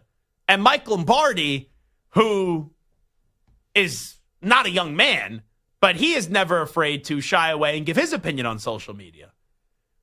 I think Belichick comes off as like a little sensitive here in terms of that I don't think Lombardi is just getting online on his own and is responding to this report. I think Lombardi asked Bill, do you mind if I say that you're staying at UNC? And he goes, no, that's because I am staying at UNC. But then you have just today, the Belichick camp, Lombardi and his girlfriend both responding to this report in two different ways. Lombardi more directly. What are we doing here? Seriously, are we really that sensitive that a report comes out about your contract, which the report is he has not signed a contract at UNC, which is common for college coaches. But there's a gray area on the buyout. So I get why the Belichick camp's annoyed because they're speculating him leaving UNC. But I don't think that's unfair speculation. I'm not even saying it's happening. I don't think it's happening. But to see Lombardi and his girlfriend right away, you don't even get through 24 hours. You don't get through 10 hours. They both have posts about this. And Bill may be closer to Lombardi than his actual girlfriend, if we're being honest. So it's not surprising that Lombardi has this first. And then Belichick's girlfriend has it afterwards. But geez, I love Bill. Love Bill. But I don't think it's a good reflection for Belichick. And I get it, right? You want to show these recruits, and those games are that you're staying. But, do you have to respond to everything? I don't think you need to respond to everything here. And he's doing, I would actually respect Bill more if he put out the statement instead of having his GM mouthpiece and then his girlfriend, GM mouthpiece to be clear is Lombardi, and then his girlfriend putting out this stuff as well. But still, let me just ask you this. Out of the jobs that are open right now, the 6 jobs that are open, if Belichick was still a free agent, if Belichick wasn't committed to UNC and Mr. Mumbles wouldn't have Lombardi mumble out, Bill's not going anywhere. He's still going to be the coach of UNC. We're not interested in the NFL, and we're not on to the NFL. The NFL is not an option. Out of these 6 jobs that are still available, which job do you think he would take? Dallas. I think it would have been the Cowboys coach. So do I. Now, him and Jerry in that structure would have been interesting, but Jerry's already said he thinks he could work with Bill, and you saw Jerry get out of the way slightly when Bill Parcells was there.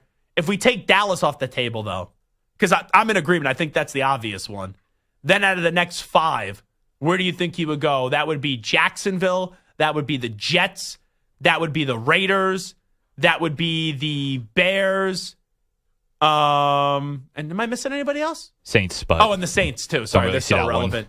Sorry, that was my bad.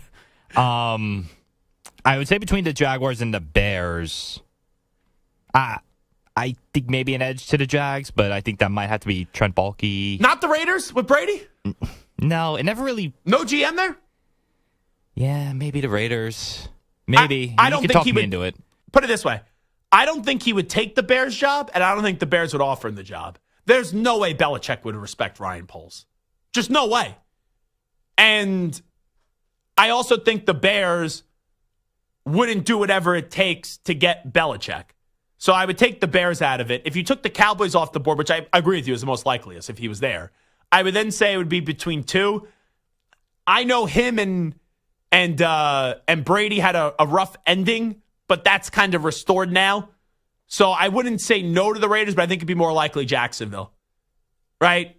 Not a great division, some talented players on that roster. You have somewhat of a quarterback there, and the GM and Trent Baalke. I don't know if Bill has a relationship with him or not, but Shad Khan basically said, hey, if a head coach comes in and makes a compelling enough argument to get rid of Trent Baalke, we'll get rid of Trent Baalke.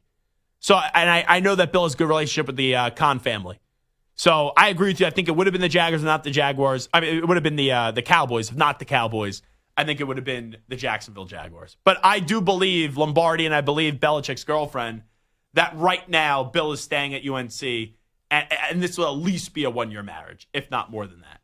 All righty, we will come on back. We'll talk to Danny Kanell. Glover Quin's going to join us, by the way, at 5:20 p.m. Eastern time today. So we'll chat with him at 5:20 p.m. Eastern, 2:20 p.m. Pacific. We'll come on back. We'll preview the national championship game on Monday evening, and we'll do so with Danny Kanell when we come on back in a few moments. Update time first. Here's Zach.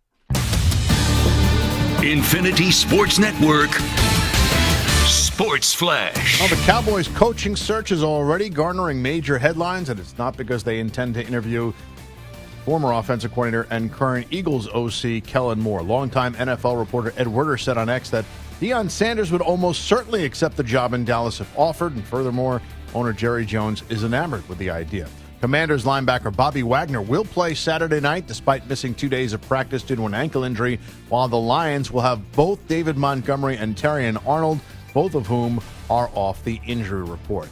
The hilarious Bob Uecker has died at the age of 90. His 6-year Major League career served as a springboard to a second career as an announcer and entertainer. He had a career 200 average, but was among the most popular players ever because he could always keep the clubhouse loose. His broadcasting career started with his hometown Brewers in 1971 and continued through last year. He also had guest spots on The Tonight Show, which led to appearances in movies, TV shows, commercials, and he had his own sitcom as well. The NBA's two best teams meet tonight in Oklahoma City. Last week, the Cavs topped the Thunder in Cleveland in one of the best games of the season, if not the best. Tonight comes the rematch. I'm Rich Jacker. This is the Infinity Sports Network. Follow us on X. Our handle is INF Sports Network. That's INF Sports Network on X.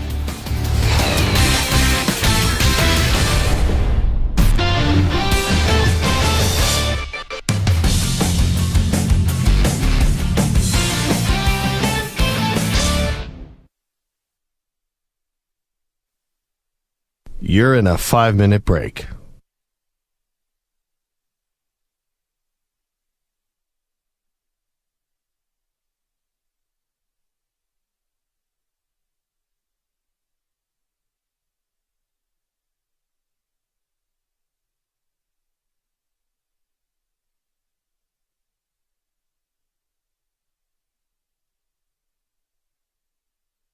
Four minutes, 30 seconds remaining.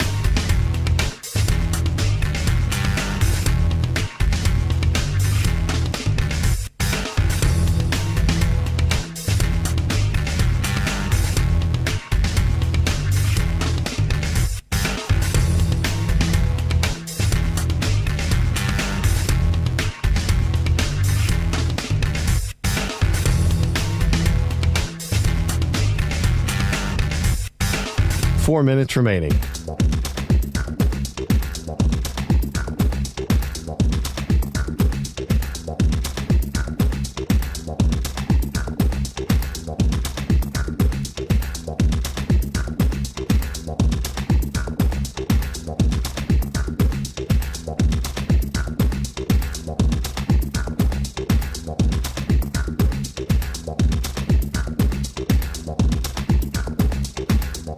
Three minutes, 30 seconds remaining.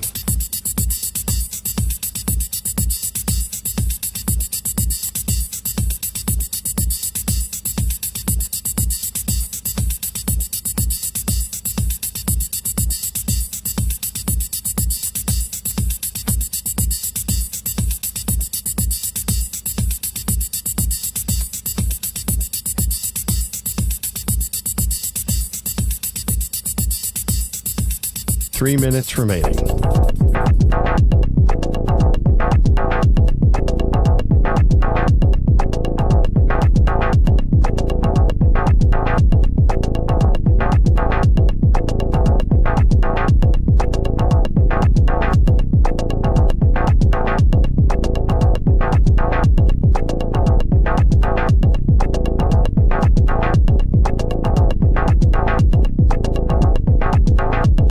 2 minutes, 30 seconds remaining.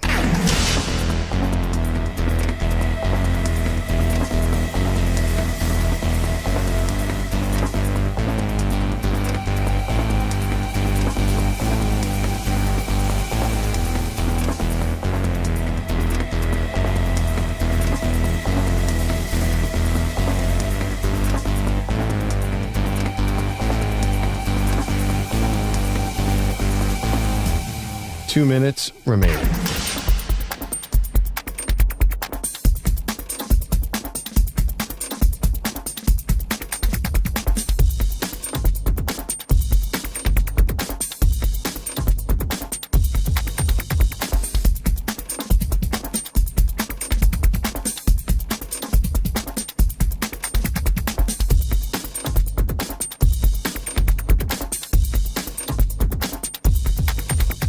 One minute, 30 seconds remaining.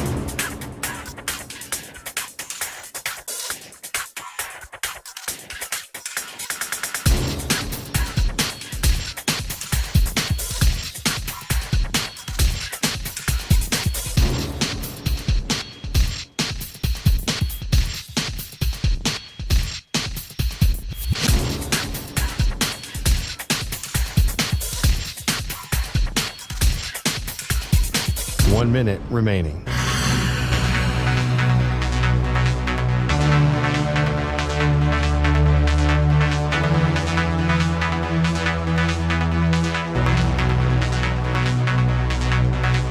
Forty-five seconds remaining.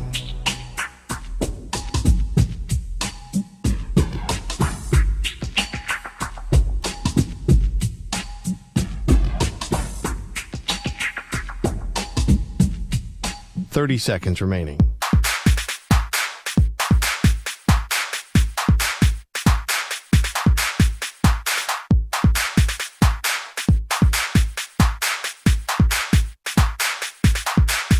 Fifteen seconds.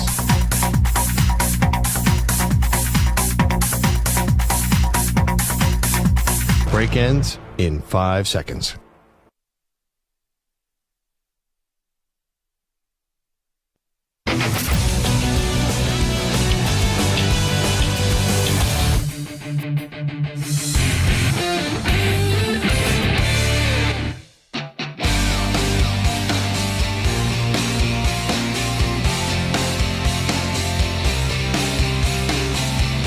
You're listening to the Zach Gelb Show on the Infinity Sports Network.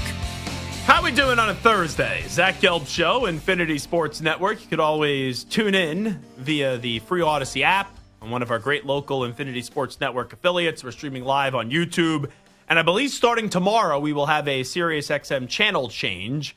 And starting tomorrow, that will be on channel 375, which you can consume the entire lineup of the Infinity Sports Network, from Maggie and Perloff into Bill Ryder into Rich Eisen. Got to make sure I don't say the guy that used to be there anymore, but Rich Eisen, your boy Zach Gelb, JR, Bart Winkler, and then Amy Lawrence is where you can listen to our lineup 24/7 starting tomorrow on channel 375. This portion of the show is brought to you by Ethos Life, the easy way to get life insurance in 10 minutes, up to $2 million in coverage with no medical exam, just a few health questions. Get your free quote at checkethos.com. Not available in all states. We should be joined by Danny Kanell coming up momentarily. We will talk about the national championship game and then also all this drama around the Dallas Cowboys and Deion Sanders. I think it's part of contract negotiations, and then Jerry Jones just trying to also be a drama whore.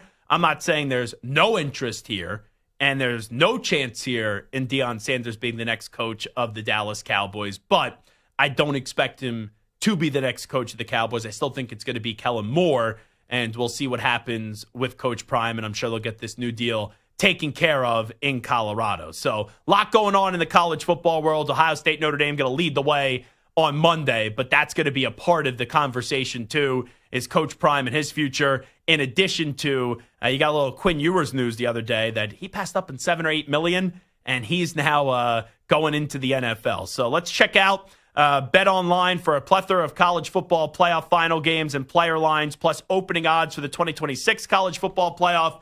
And that is, of course, a great way to get in on all your gambling stuff. And Danny Kanell joins us right now. Danny, how you been? What's up, Zach? How's it going, man? I heard you talking a little head coaching carousel, a little quarterback offers out, numbers that are out there. I don't believe any of it. And especially the $8 million offer for Quin Ewers, too. No offense to Quin Ewers, that's a lot. Which, if he turned that down, it's the dumbest decision he's ever made. Like, it's like winning the lottery for him. I don't believe the number is real. I don't even believe the $6 million is real. I don't believe half these numbers because they're floated by agents who are trying to drive up the price for everybody else. It's really frustrating to see some of these numbers that I think are totally fake. But I wouldn't be surprised as Quin Ewers goes. I wouldn't be surprised if he does pull a Carson Beck or a Cam Ward, both players who pulled their name out of the NFL draft so they could get, a payday. And I think there's good money for Quin Ewers, not $8 million. But I think there are plenty of schools that would pay him more than he would make, because I've been talking to some draft guys and even having watched him this year and seeing some of his issues with injuries and top tier arm strength. There's a chance he's a third or a fourth round pick. Like, you don't leave if that's the opportunity that's there. Now, if he's getting other advice and all it takes is one team, if he's going to be a top 15 or even a first round pick, then by all means, go ahead and go to the NFL draft. But he better make sure, or else he's going to be regretting the decision to make the jump to the NFL when the teams aren't that in love with him. Yeah, I don't think he should be a first-round pick. I think he's more of a day 2 pick, so that's the second or third round. And I also think this not being a great quarterback draft could maybe help him, because we know Shedeur Sanders and Cam Ward are the two best quarterbacks in this draft class. I think we've thrown out 8 or 9 names at this point and who could be the third guy, and no one has really run with that opportunity. No, you're 100% right. I think Jackson Dart's probably the sleeper for that one. He's had an incredible career at Ole Miss. He's been durable. He's put up really good numbers. He played in a system that put a lot of stress on the quarterback. It's quarterback driven in Lane Kiffin's offense. Jalen Milroe I've seen as I would not touch Jalen Milroe. Just me personally. I have not seen enough as a passer. I think it could be sort of a poor man's Anthony Richardson, like a guy who, tests really good, impresses you at the combine, but is just not shown enough as a passer to succeed at this level. So, yeah, I think Quin Ewers could be there, but I do think teams, like we did see the draft year when Kenny Pickett was only first round, and he dropped into the 20s. Like, yes, they overdraft quarterbacks, but these teams aren't dumb. Like, they're not just going to reach for guys. And if it becomes like the narrative in the collective, because it's true that this class isn't great, even though you're the third quarterback taken, it still could be late in the second or early in the third round. They will not just pull the trigger just to do it. So it's going to be one of the decisions that impacts Quin Ewers for the rest of his life. And I know I was pretty surprised that when he was on College Game Day, he was like, yeah, I'm going to the NFL draft. Like, he didn't really seem like he was even considering going back to college somewhere. But I think that's because he's not aware of the offers that are at stake. And I think once he looks at all his options, I think his advisors, his team, like his family, his agent, and his mentors would tell him, you know what, you're probably better served to go back to college. And I think there's some really good options for him out there. Oregon needs a quarterback. Georgia needs a quarterback. Alabama needs a quarterback. Like, there's a lot of programs that can pay good money that you can also win with and will protect you and have good supporting cast, that I think would be a very good option for Quin Ewers, a better option than him going to play in the NFL and having to sit the bench and maybe getting the opportunity. Yeah, I'm with you. Danny Kanell here with us. Make sure you check out BetOnline for a plethora of college football playoff final game and players like player lines and opening odds for the 2026 college football playoff. Just continuing with Texas here while we have you. Arch Manning, this time next year, how do you think we're talking about Arch Manning in Texas? So I think he's going to be good. I want to push back a little bit on people who think it's just going to be great. Like, he's going to be the greatest thing since sliced bread. He is the favorite to win the Heisman Trophy. They are either first or second to win the national championship in most, odds makers, including BetOnline. I just think I would be cautious because it's much more than the quarterback. We just saw their top 2 receivers, Matthew Golden and Isaiah Bond, both declare for the draft. They're losing Jaden Blue, one of their top running backs. They're losing their left tackle, Calvin Banks. They're losing several players on the defensive side of the ball. And I know they reload, but I do think it's going to be a little bit of a bumpy start. And as good as Arch Manning played, he got 2 starts. It was still a little bit up and down. when he came into a couple of his spots, he did fumble a couple times. Like, I just think he's going to be good. I think it's going to take time. So can they protect him and endure some of those young mistakes in the first month of the season when I think their first game is against Ohio State too? Like, they are not going to have like a cakewalk schedule. Like, can they endure that? And I think it's going to be a good season where it's a season to build on potentially for the next year. Like, that's the season you go in, and that's where I feel like I would buy in to Arch Manning after seeing him play for a year. But I think he'll have some interceptions that are dumb. I think he'll have a bad game. I think he'll have some great games, but I just think it's going to be a little bit more typical to what you normally see first-year starting quarterbacks go through. Ups and downs. It's very rarely perfect, even though it's, he's the perfect last name. He's got the perfect body, the perfect arm. Everything looks good. It's just there's a process to becoming a great quarterback, and I need to see it play out first. So you don't think it will just necessarily be this is it, 1 year starting at Texas, and then he's off to the NFL for Arch Manning? I don't know. I mean, he's kind of bucked the trend as far as he was more than comfortable to sit behind Quinn Ewers. He didn't want to go start somewhere right away. And probably some of it depends on who's picking number one, like who is that opportunity. So he'll have some leverage there. May not even matter with his family. They can move some things around. They've done it before. Exactly. Right. That's true. He can try to manipulate it that way. The other thing is too, I feel like he has made decisions that aren't based on money, and it's a great situation to be in. He doesn't have to. And by the way, he's already made a lot of money as a backup, and he could make, if he does decide to come back for that last year, I mean, if we're throwing around $8 million, again, these numbers are probably made up, but I do think he could make 5, 6, maybe by that time, maybe if he does have a good year and show some promise. Texas is desperate. They've got probably the deepest pockets anybody. As much as we talked about Ohio State's $20 million roster, Texas had a $22 million roster. So, like, if they want to try to run it back with Arch to win a national championship, I could see him making a decision based on winning and not just jumping and making it for the money. I could see him wanting to win a national championship, something that neither one of his uncles were able to do. Danny Kanell here with us. I'm looking at a clip right now, and it's from August 30th of 2024, and it's you and myself talking. Now, it was the summer, so I was a lot tanner. Now I'm as white as a ghost. But it says Danny Kanell has Jerry Jones bringing both Deion and Shedeur Sanders to the Dallas Cowboys. Now, at the time, Dak Prescott didn't have a contract extension. Now he does. But that's in the news today because supposedly Coach Prime is interested in the Cowboys job and Jerry Jones is interested in Coach Prime. I ultimately think he stays at Colorado, and this is contract negotiations for him at Colorado. But what do you think happens here? I think it's greater than 50%. I don't think it's a slim shot. I think, and Ed Werder just reported today that if he was offered the job that he would take it. I do tend to believe that. Colorado, as good as they were this season, they really did ride Shedeur, their quarterback, and they rode Travis Hunter, who probably both going to be, it's probably 2 top 5 picks, like maybe top 3. The talent drop-off is going to be hard to deal with. Their win total next season is 6.5. So, like, there's going to be a little bit of a reset at Colorado. If there was a time to strike, it's now. Is there a bigger brand to go to than the Dallas Cowboys, a place where Deion kept a house in the state of Texas, where he's got familiarity? I do think Jerry Jones and Deion Sanders are sort of the perfect marriage for each other. Jerry loves a little bit of chaos. He's a risk taker. He's brash. He's confident. He likes to talk. Sounds exactly like Deion. And the one thing Jerry has done, he's taken care of his guys. He's like, players that played for Jerry always rave about how loyal he is. And that's why a lot of his former coaches, Jason Garrett was a backup quarterback there. He's always kind of had some guys that have had ties there. You've got the tie of Mike Zimmer, the defensive coordinator, was an analyst at Colorado with Deion a year ago, so you could keep him in place.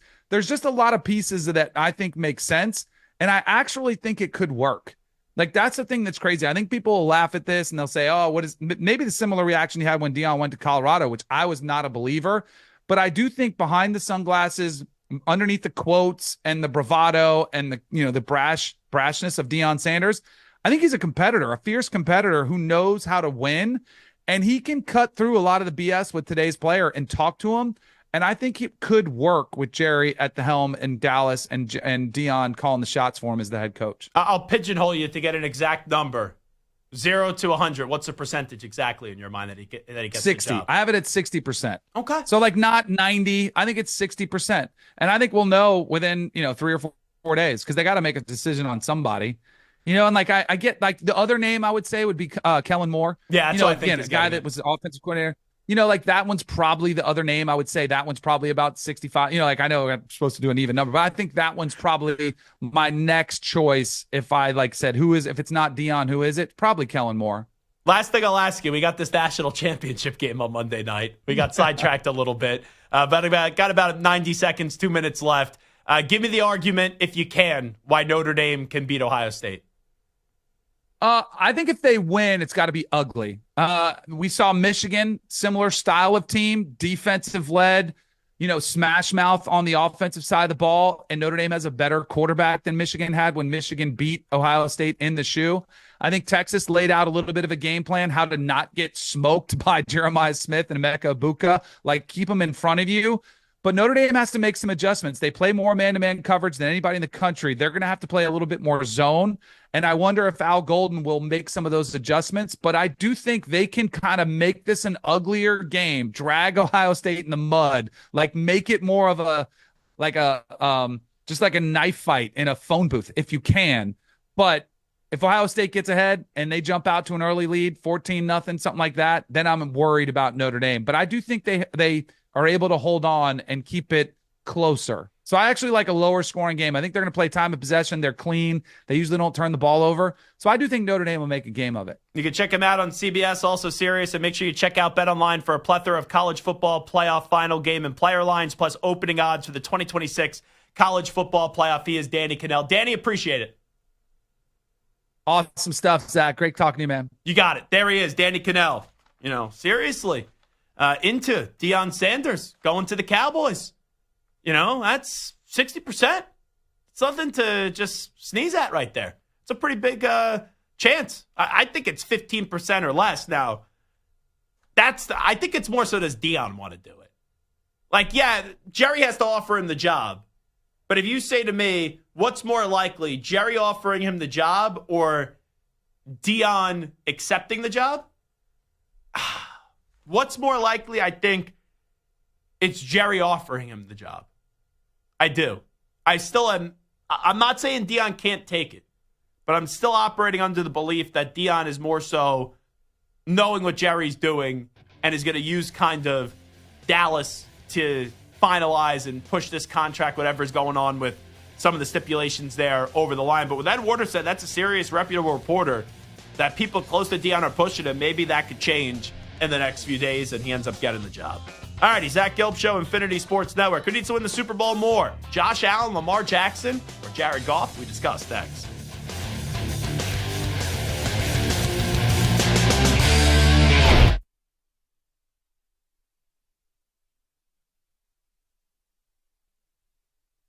You're in a 5-minute break.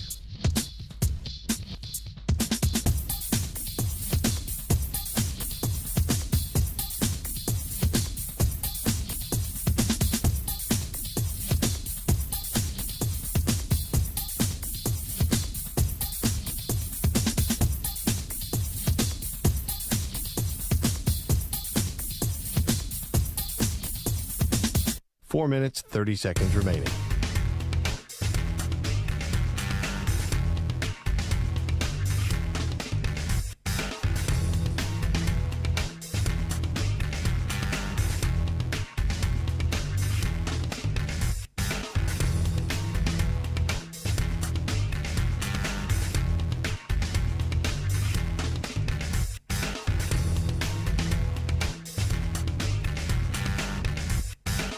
Four minutes remaining.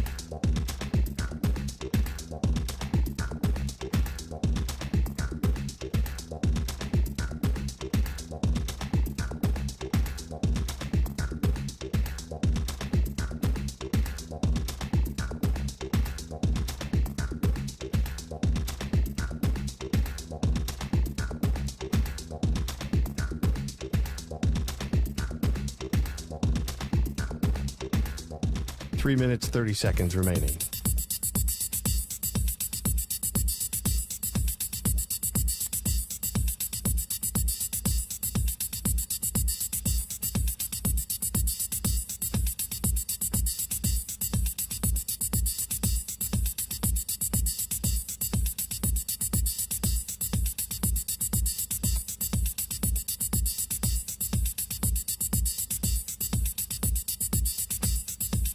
3 minutes remaining.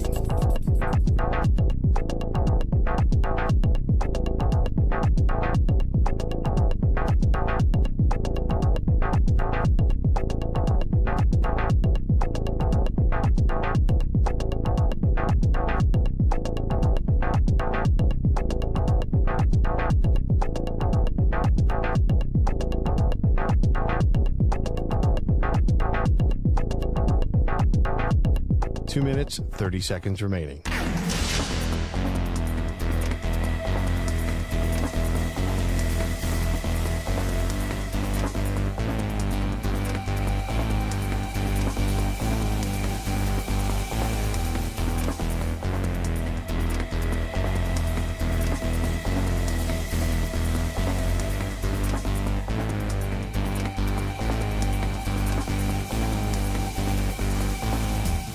Two minutes remaining.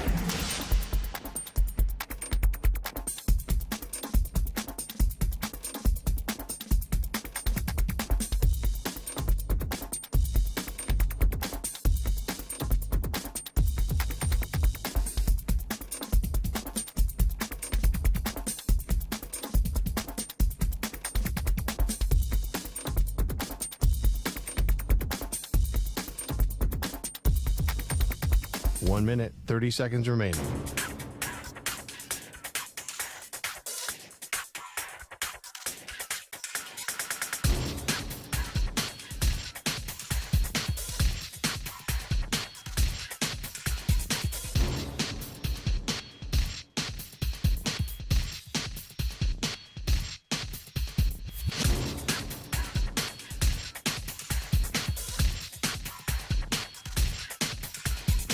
One minute remaining.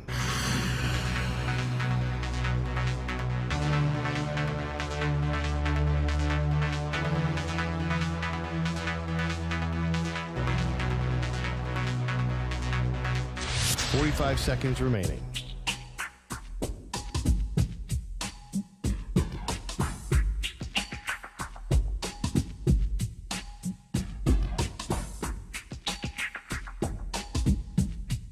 Thirty seconds remaining.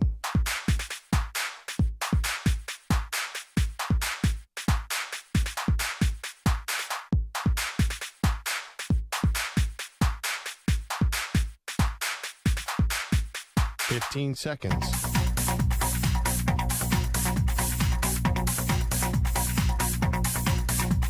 Break ends in 5 seconds.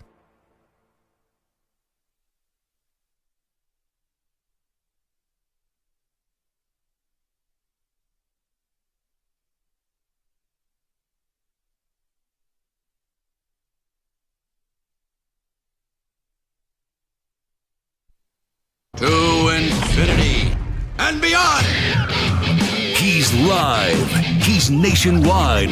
This is the Zach Gelb Show.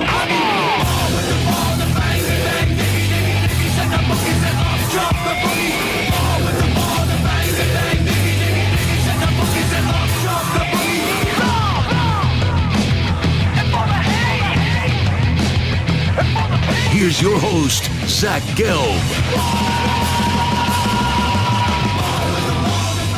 You know, it's amazing that you could have a conversation in one segment, you take a little commercial break, and then right after that, what you just said in the previous segment could kind of totally just be dunzo.